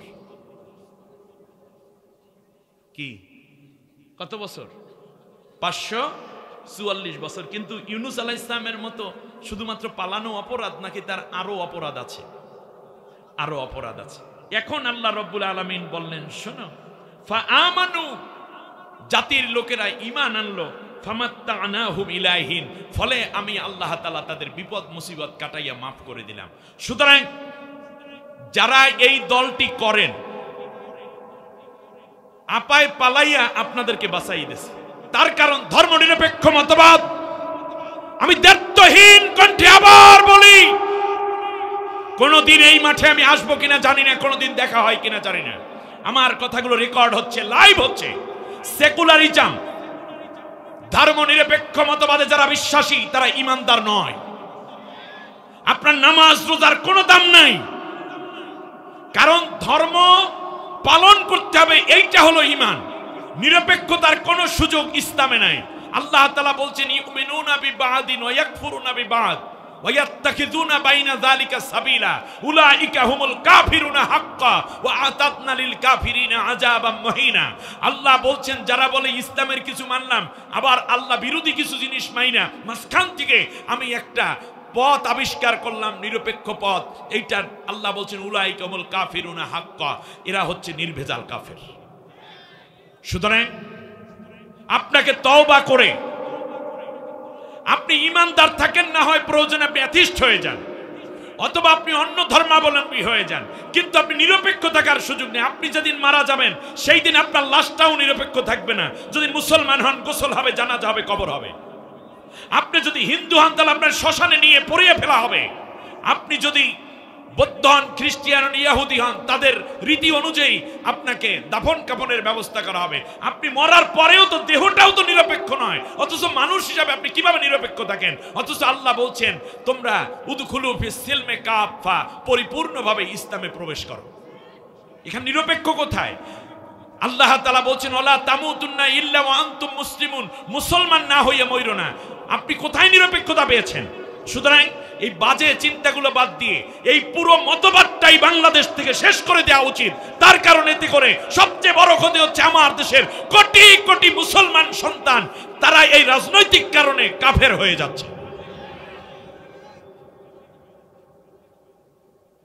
তার বাবার মূর্তি যে বানিয়েছিল, এক কারণে শুকরিয়া আদায় করেনি, পালিয়ে যাওয়ার কারণে আপনাদেরকে ইসলামের দিকে আসার সুযোগ তৈরি হয়েছে। এক, দ্বিতীয় আরেকটি, তার বাবার সর্বমোট 5738টা মূর্তি তৈরি করেছে বাংলাদেশে। এই মূর্তিগুলো কি শুধুমাত্র তারা তৈরি করেছিল দেখানোর জন্য? না, এই মূর্তি একদিন পূজা করতে বাধ্য করত। তার কারণ ওসিদের উপর নির্দেশ আসতো, পুলিশের প্রতি নির্দেশ, যে এই মূর্তি আছে এইটাকে তোমাদের স্যালিউট করতে হবে। যারা স্যালিউট করবে তারা স্বাধীনতার পক্ষ শক্তি, যারা এইটা স্যালিউট করবে না তারা স্বাধীনতার বিরোধী, তারা অমুক দেশের দালাল। এরাই হচ্ছে রাজাকার। এই কথা বলে অফিসারদের চাকরিগুলো খাওয়া শুরু করে দিত। এমনকি আমার পাশে একজন মুহাদ্দিস বসা, আল্লাহর নবীর হাদিস হচ্ছে লা তাদখুলুল মালাইকাতু বাইতান ফিহি কালবুন আও তুসাউবিরুন, যেই ঘরের মধ্যে কুকুর থাকে কিংবা মূর্তি থাকে, মানে ছবি থাকে, সেই ঘরে রহমতের ফেরেশতা আসে না। কিন্তু আপনারা দেখেছেন মাদ্রাসার মতো জায়গায় যেখানে কোরআন হাদিস পড়ে, সেখানেও প্রিন্সিপাল সুপারদের মাথার উপরে বাবা এবং বেটির ছবি টানাতে বাধ্য করা হয়েছে। শুধু তাই না, একটু আমি বোঝার জন্য বলছি আল্লাহ আমাদের কত বড় হেফাজত করেছেন। আমি আলেম হিসাবে ইমানের বিষয়গুলো বলবো, বাকিগুলো রাজনীতিবিদরা চিন্তা করবে। আপনি খেয়াল করে দেখুন, যদি কেউ ছবি না টানাতো, আমার এক বন্ধু আছে ওসি, সে অনেক বড় পরেজগার মানুষ, মাথার উপরে দাঁড়িয়ে আছে, ভালো মানের, খুব মেরিটোরিয়াস, বিসিএস সবচেয়ে ভালো রেজাল্ট ধারে একটা ছেলে, যদিও ব্যাকগ্রাউন্ডে তার মাদ্রাসা ছিল। তো এই ছবিটা দেওয়ার পরে টানাইতে 2 দিন দেরি হয়েছে, এই জন্য সোনার ছেলেরা গিয়ে তার গলার মধ্যে ধাক্কা দিয়ে কাট করে ফেলে দিয়েছে। গালি দিচ্ছে রাজাকার, ভারত পাকিস্তানের দালাল ইত্যাদি বলে। তারপর তারা নিজেরাই পেস্ট করে আসছে তাদের ছবিগুলো। একজন প্রিন্সিপালের মাথায়, টাইটেল পাস মাওলানার মাথার উপরে ছবি টানাইতে বাধ্য করেছে, না হলে ওনার চাকরি শেষ, পেনশন শেষ, তারপরে মার খাওয়া লাগবে, ফাউজালে তো যাওয়া লাগবে। আর জামাত ইসলামের যদি ট্যাক লাগাই দিতে পারে তাই তো সুবহানাল্লাহ। তাহলে এখন আপনি বোঝেন তার বাবার যে মূর্তিগুলো তারা তৈরি করেছে 5000-এর অধিক, এইগুলো স্কুলে স্কুলে যখন দেয়া হতো তখন আমার ছেলেরা, আমাদের মেয়েরা এই মূর্তিকে স্যালিউট করা লাগতো, ওসিদের স্যালিউট করা লাগতো, প্রত্যেকদিন এইগুলোর মুইসা তারপর ভিডিও করে আবার পাঠান লাগতো। তার কারণ যারা বেশি ভক্তি দেখাবে ওই মূর্তিটাকে, তার বাবার ভাস্কর্যকে, তাদেরকে বলা হতো হয়তো বা বেশি দেশপ্রেমিক বলে তাদেরকে আখ্যায়িত করা হতো, প্রমোশন দেওয়ার ব্যবস্থা থাকতো, যারা উল্টাপাল্টা করতো। তাহলে প্রকারান্তরে আমার দেশের ছাত্র সমাজ, আমার দেশের প্রশাসনের লোকেরা, আমার দেশের চাকরিজীবীরা এক পর্যায়ে মূর্তি পূজারী হতে বাধ্য হতো। যেমনটা নমরুদ করেছিল, তার রাষ্ট্রে সবাইকে মূর্তি পূজা করতে বাধ্য করেছিল। এমন মেলা হতো, সেই মেলায় তার বাবার মূর্তিগুলোকে আনা হতো, যারা কিনে নিবে তাদেরকে গিফট করা হতো, ছবি তুলার পাঠাই দিত, আমরা অমুক নেতার আদর্শের সৈনিক ছবি নিয়ে আসছি, ঘরে ঘরে এটা ঢুকানো হতো। আমি কি ভুল বলতেছি? এটার আশঙ্কা ছিল।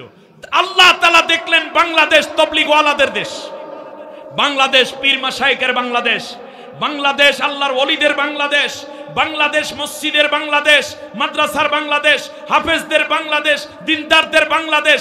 এই দেশের মধ্যে কোটি কোটি প্রজন্মের পর প্রজন্ম মুশরিক হয়ে যাবে, এইটা আল্লাহ বরদাস্ত করেন নাই। এই জন্য আল্লাহ ওদের পতনের সাথে সাথে সব মূর্তিগুলোকে ভেঙে মাটির সাথে মিশিয়ে দিয়েছেন। আওয়ামী লীগ যারা করেন সেজদায় পড়ে কাঁদেন, কোটি কোটি মানুষকে শিরক থেকে আল্লাহ তাআলা বাঁচাই দিয়েছেন তোমার নেত্রীর পরাজয়ের মাধ্যমে। আপনাদেরকেও আল্লাহ তাআলা ঈমানদার বানাতে চান। এজন্য আল্লাহ তাআলা বলতেছেন, শোনো, আল্লাহ রাব্বুল আলামিন বলেন, এবার শোনো, তোমাদের কি উপকার করলাম, ফালাউলা, এইটা হলো চমৎকার কথা। হতাশ লীগের জন্য কি লিগ?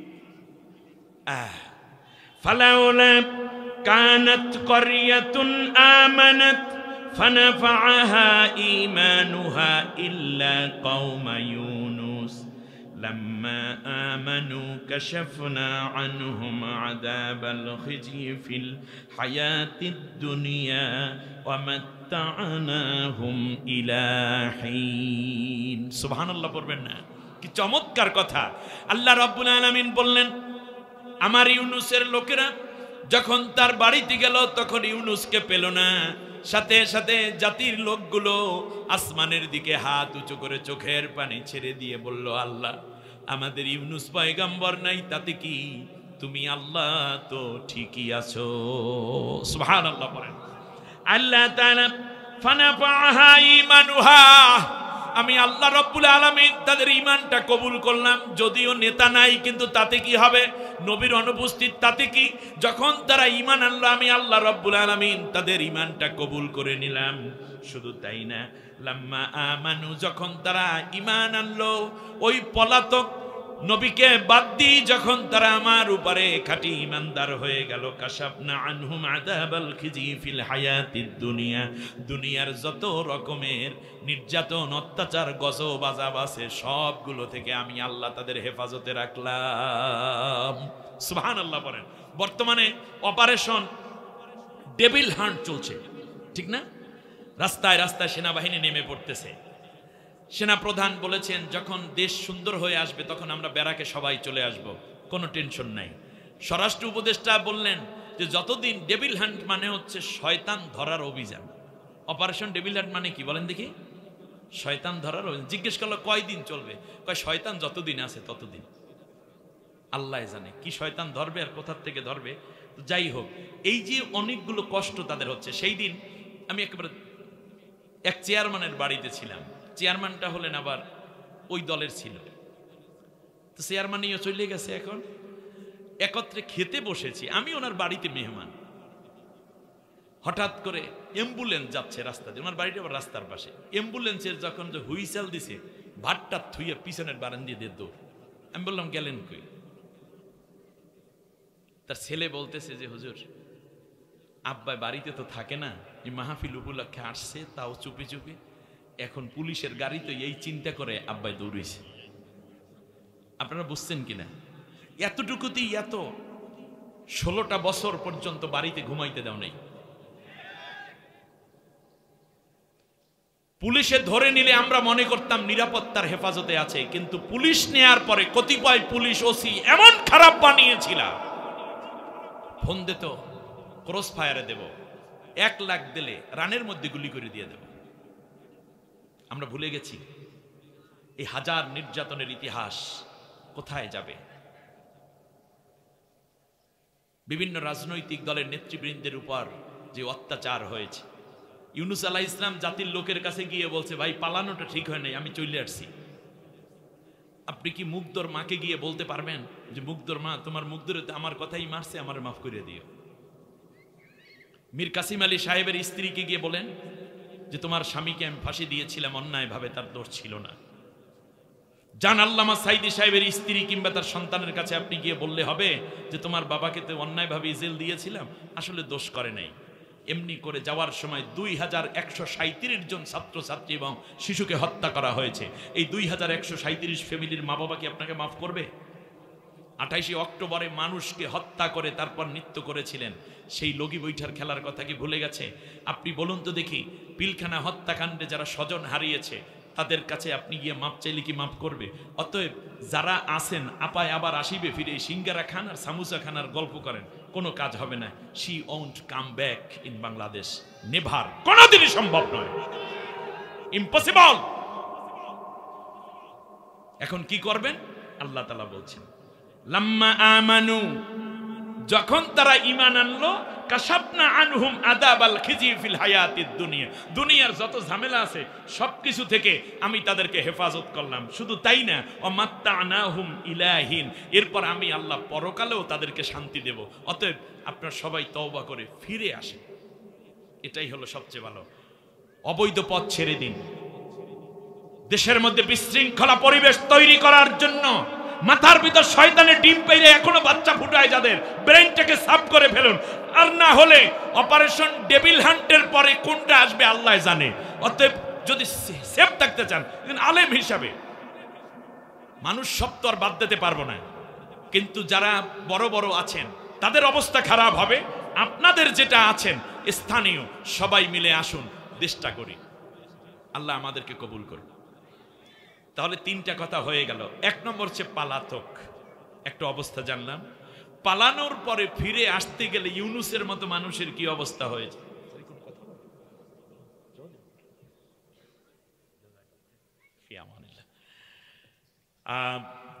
তৃতীয় হচ্ছে, যেই নেতা পালিয়ে গেছে, যেই দলের লোক পালিয়ে গেছে, তাদের কর্মীদের করণীয় কি? তারা কার কাছে সারেন্ডার্ড হয়েছে? জোরে বলেন না, আল্লাহর কাছে। তিনটা পর্ব শেষ। শেষ পর্ব হচ্ছে এই ভঙ্গুর পরিবেশের মধ্য থেকে আল্লাহ তাআলা কাদেরকে ক্ষমতায় দিয়ে, কাদেরকে চেয়ারে বসাইয়া দেশের উন্নয়ন এবং সৌন্দর্যকে বর্ধন করতে চান। আমি কি তাদের নাম একটু বলে দেব? আমি নাম বলবো না কারো, কিন্তু আমি আয়াত বলতে পারবো। বলেন আমি কি বলতে পারবো? আল্লাহ রাব্বুল আলামিন বলেন, শোনো, অনুরিদু আন্নামুন্না আলাল্লাযীনা ইসতুদঈফু ফিল আরদি ওয়া নাজআলাহুম আইম্মাতাও ওয়া নাজআলাহুমুল ওয়ারিসিন ওয়া নুমাক্কিনা লাহুম ফিল আরদ। সুবহানাল্লাহ। আল্লাহ রাব্বুল আলামিন বলেন, ওই স্বৈর শাসক কর্তৃক সবচেয়ে জুলুম নির্যাতনের শিকার হয়েছে যেই দলটা, যেই দল আমি আল্লাহ রাব্বুল আলামিন সিদ্ধান্ত নিলাম ওই দলকে জালেমের অ্যাবসেন্সে ওই চেয়ারগুলোতে বসাইয়া দিতে। জুলুম হয়েছে, মাজলুম হয়েছে যারা ক্ষমতায় যাইবে, তারা একেবারে মুখস্থ করতে, আমার না, কার ডিসিশন? আন্নামুন্না আলাল্লাযীনা ইসতুদঈফু ফিল আরদ, এই দলটার উপরে আমি আল্লাহ রাব্বুল আলামিনের রহমত দেওয়ার সিদ্ধান্ত নিলাম। সুবহানাল্লাহ বলেন। আল্লাহর রহমত পড়বে তাদের উপরে, জুলুম হয়েছে যাদের উপরে। ওয়ানাজআলাহুম আইম্মাতান, আর এই স্বৈর শাসকের পরে এই দলের লোকদেরকে আমি আল্লাহ তাআলা নেতার জায়গায় চেয়ারে বসাইয়া দিতে সিদ্ধান্ত নিয়েছি। সিদ্ধান্ত কার? ওয়ানাজআলাহুমুল ওয়ারিসিন, আর উত্তরাধিকার হিসাবে যত শূন্য পদ আছে পদগুলোতে আমি আল্লাহ তাআলা এই দলের লোক দিয়ে ভরপুর করতে চাইলাম। সুবহানাল্লাহ। অনুমাক্কিনা লাহুম ফিল আরদ, আর জমিনের বুকে আমি আল্লাহ ওই দুর্বল দলগাদ্দ মানুষগুলোকে শক্তিশালী করে দিতে চাইলাম। একটা সময় ছিল, আরিফ সাহেব, জি স্যার, রাত 1:30 বাজে, আমি এই রাধানগর থানার ওসি বলছি, আপনি বাসায় আছেন? আমার পুলিশ টিম যাচ্ছে, আপনি থানায় দেখা করেন। আরিফ সাহেব শেষ, ঠিক কিনা বলেন? এরপরে এইরকম জামাত ইসলামের লোকজন যারা আছে এদেরকে ফোন দিয়ে অবস্থা সারা। আর এখন সেই ওসি মহোদয়েরাই এসে একত্রে বসে, স্যার এই ব্যাপারে একটা কথা বলতে চাই। আমি কিন্তু কাউকে ছোট বড় করছি না, আমি বাস্তবতাটা বলছি, আপনারা শুনতেছেন কিনা? স্যার একটা বিষয়ে কথা আছে, আপনার একটু পরামর্শ দরকার। আমার তো সময় নেই স্যার, প্লিজ 1 ঘন্টা সময় দিতেই হবে। স্যার না হয় আমি আসি আপনার বাসায়? না না, ঝামেলা করার দরকার নেই। বলছি স্যার তাহলে আমি গাড়ি পাঠাই দেই, আমার এই দারোগার সাথে আপনি একটু আসেন প্লিজ, আরো 2 জন আসবে আপনার দলের লোক। এবার বলে কিনা? তাহলে এই লোকগুলো কি পরিস্থিতি, তখন যেই দল দ্বারা দ্রুত ইনসাফ ন্যায় কোরআনের শাসন প্রতিষ্ঠা সম্ভব, তোমরা সেই দলকে আগাইয়া নিও, সমর্থন দিও। এরপরেও যদি কোরআনের রাজ কায়েমে সমর্থন না দাও, সহযোগিতা না করো, তাহলে তুমি জাহান্নামে যাবে। একটু খেয়াল করেন কথাটা, মন দিয়ে খেয়াল করুন নবীর হাদিস, যে যখন দেখবে, কারণ এই মুহূর্তে যদি আল্লাহর কোরআনের বিধান কায়েম হয়, তাহলে আমার দেশে যত মদের দোকান আছে এগুলো খোলা থাকবে না, বন্ধ হয়ে যাবে। সব বারগুলো কি হয়ে যাবে? বন্ধ হয়ে যাবে। ন্যূনতম 5 লাখ মানুষ মদ খাওয়া থেকে ফিরে থাকার সুযোগ পাবে। কোন উসিলায়? কোরআনের রাষ্ট্র কায়েমের কারণে। আমার দেশে প্রায় 1,20,000 ফোর্স কোয়ার্টারের কর্মী আছে নারী, যারা শুধুমাত্র দেহ ব্যবসা করে টাকা আয় করে।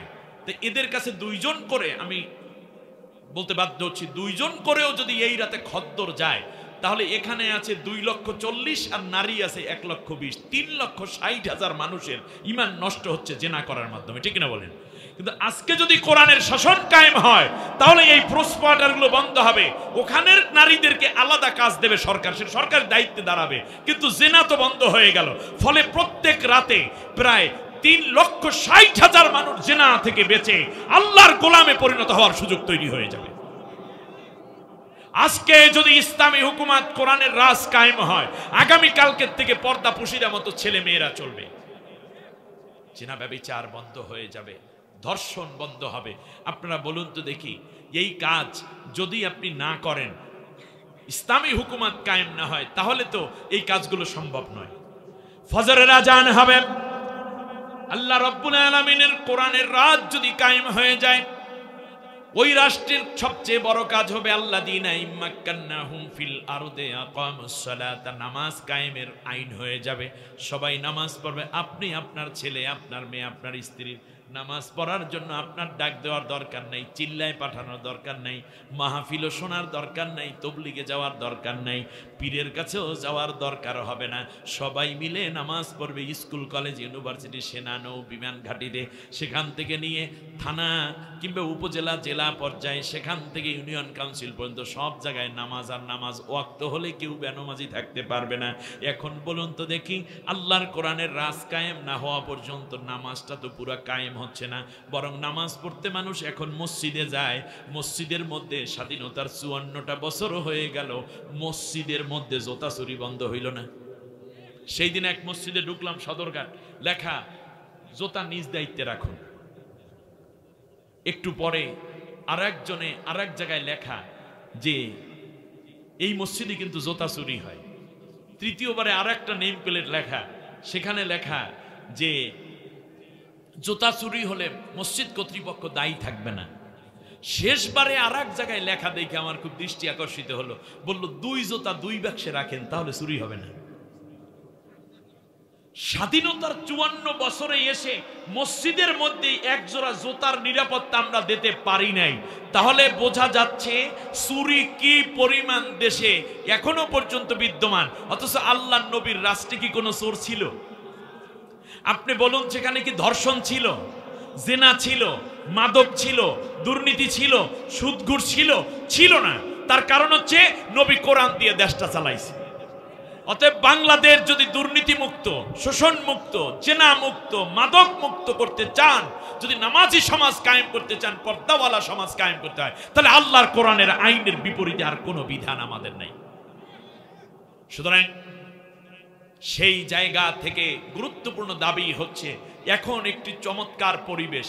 আমি বিএনপি বুঝি না, জামাত বুঝি না, হেফাজত বুঝি না, চরমনাই বুঝি না, কিংবা যারা পালাইয়ে গেছে সেই দলের লোকদেরকেও আমি বুঝি না। আমি বুঝি আমি মুসলিম, আমি বুঝি আমি মুমিন। সুতরাং কোরআনের হুকুম আমাদেরকে মানা ফরজ। ইনিল হুকমু ইল্লা লিল্লাহ, আইন তো মানবো কেবল আল্লাহরটাই। আলা লাহুল খলকু ওয়াল আমরু, সৃষ্টি যার, আইন চলবে কেবলই তার।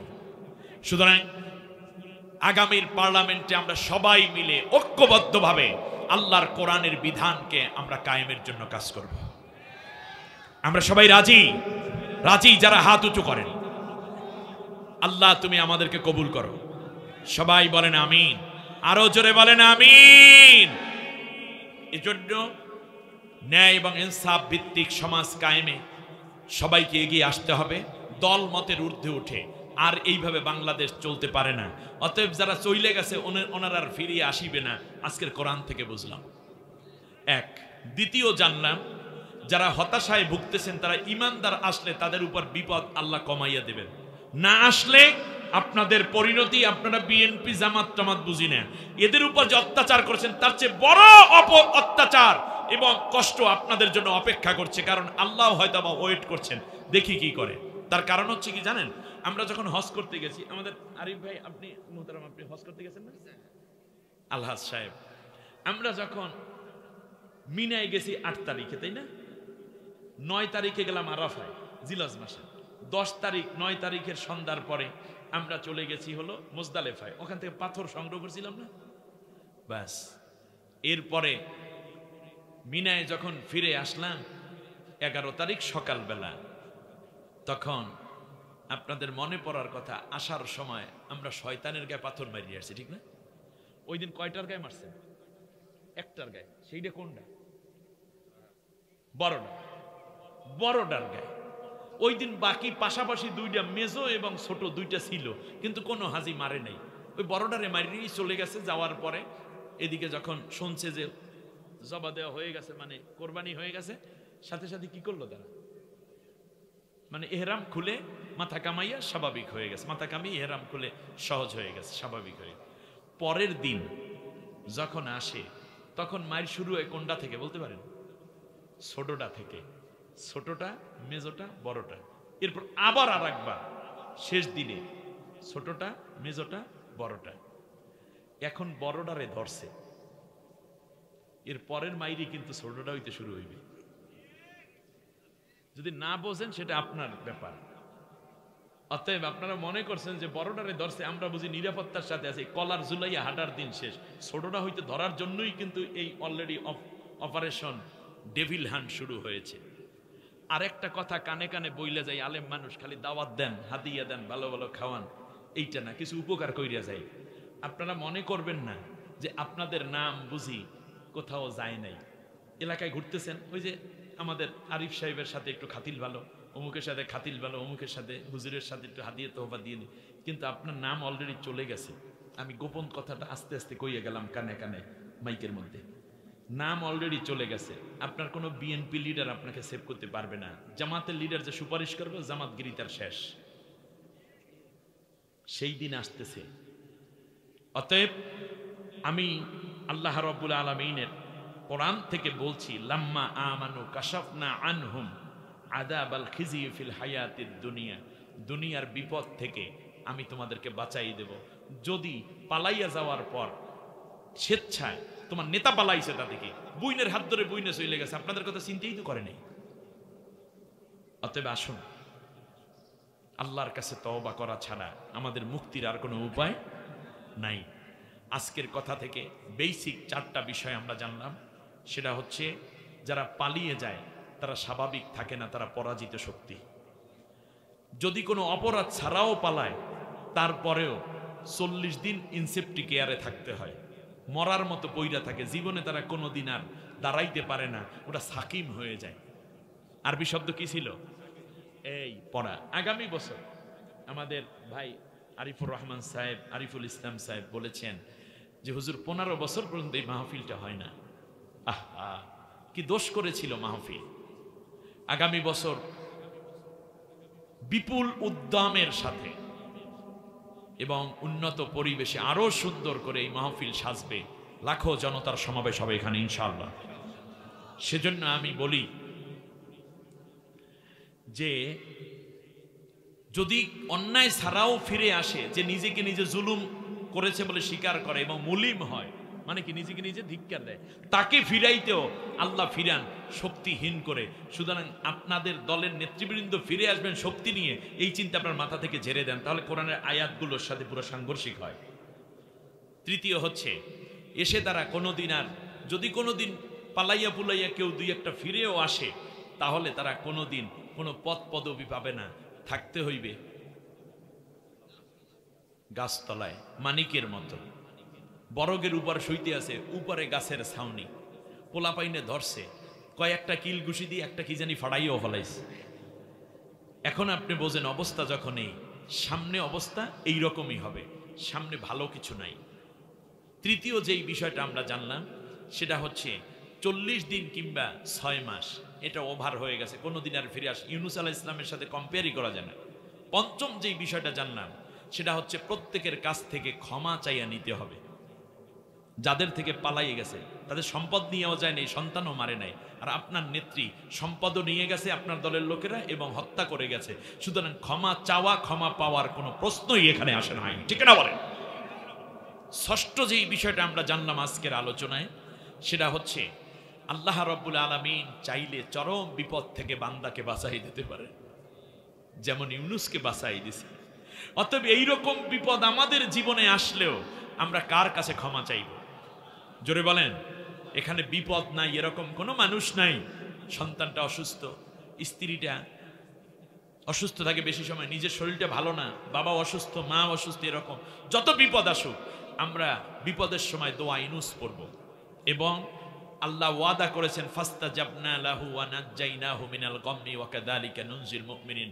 আমি ইউনুসের দোয়া কবুল করলাম, এমনি করে যারা এর চেয়েও বিপদে পড়বে তাদের দোয়া কবুল করে আমি আল্লাহ বিপদ থেকে উদ্ধার করে নেব। ষষ্ঠবারে আমরা যেই বিষয়টা জানলাম, কর্মী যারা আছেন তাদের উচিত হচ্ছে লাম্মা আমানু ঈমান আনা, আর আল্লাহর কাছে ক্ষমা চাইলে আল্লাহ তাদেরকেও মাফ করে দেন। অতএব ঈমানে ফিরে আসা আপনাদের জন্য বড় একটা সুযোগ। এই দলটার কোটি লোক আছে, সবগুলো বেঈমান হয়ে আছে। ধর্মনিরপেক্ষ মতবাদের কপালে লাথি মারো, আল্লাহর কোরআনটাকে বুকের মধ্যে ধরে নাও, ঠিক কিনা বলেন? একটা গোল্ডেন অপরচুনিটি আপনাদের জন্য আল্লাহ করে দিয়েছেন। আমার এই আলোচনা আপনার কানে গেলে অন্তরে নিন, হৃদয় গাথুন, আর না হলে আপনার জীবন শেষ, দুনিয়া আখিরাত দুইটা শেষ। শেষবারে জানলেন মজলুমদের বিজয় হবে। নেক্সট যারা ক্ষতিগ্রস্ত হয়েছে আল্লাহ তাদেরকে ক্ষমতার চেয়ারে বসাবেন এবং আল্লাহ রব্বুল আলামিন মাজলুমদের দ্বারা দেশের স্বাধীনতা, সার্বভৌমত্ব এবং দেশের উন্নয়ন করবেন। আসুন আল্লাহ রব্বুল আলামিন আজকের যে কথাগুলো হলো, নামাজের কথা তো অনেকে বলে, রোজার কথা অনেকে বলে, শুনতে শুনতে বুড়ো হয়ে গেছেন, কান্নাকাটির ওয়াজ অনেকে করে, কিন্তু এই বাস্তব ধর্মী কথাগুলো যখন আমরা শুনলাম, শেষবারে হাদিসটি নিয়ে সপ্তম কথা ছিল এই যে যেই দলটি সবচেয়ে বেশি এগিয়ে আছে তোমরা তাদেরকে আগাইয়া দাও। অতএব পীর মাশায়েখ, বুজুর্গ, তবলিগ, হেফাজত যারাই আমরা আছি, যেই দল দ্বারা ইসলাম কায়েম তাড়াতাড়ি সম্ভব আমরা সেই দলের সাথী হয়ে যাব। এর বাইরে চলে গেলে ফামান সাজ্জা সাজ্জা ফিন্নার, সে জাহান্নামে যাবে। আল্লাহ আমাদেরকে আজকের আলোচনার উপর আমল করার তৌফিক দান করুন।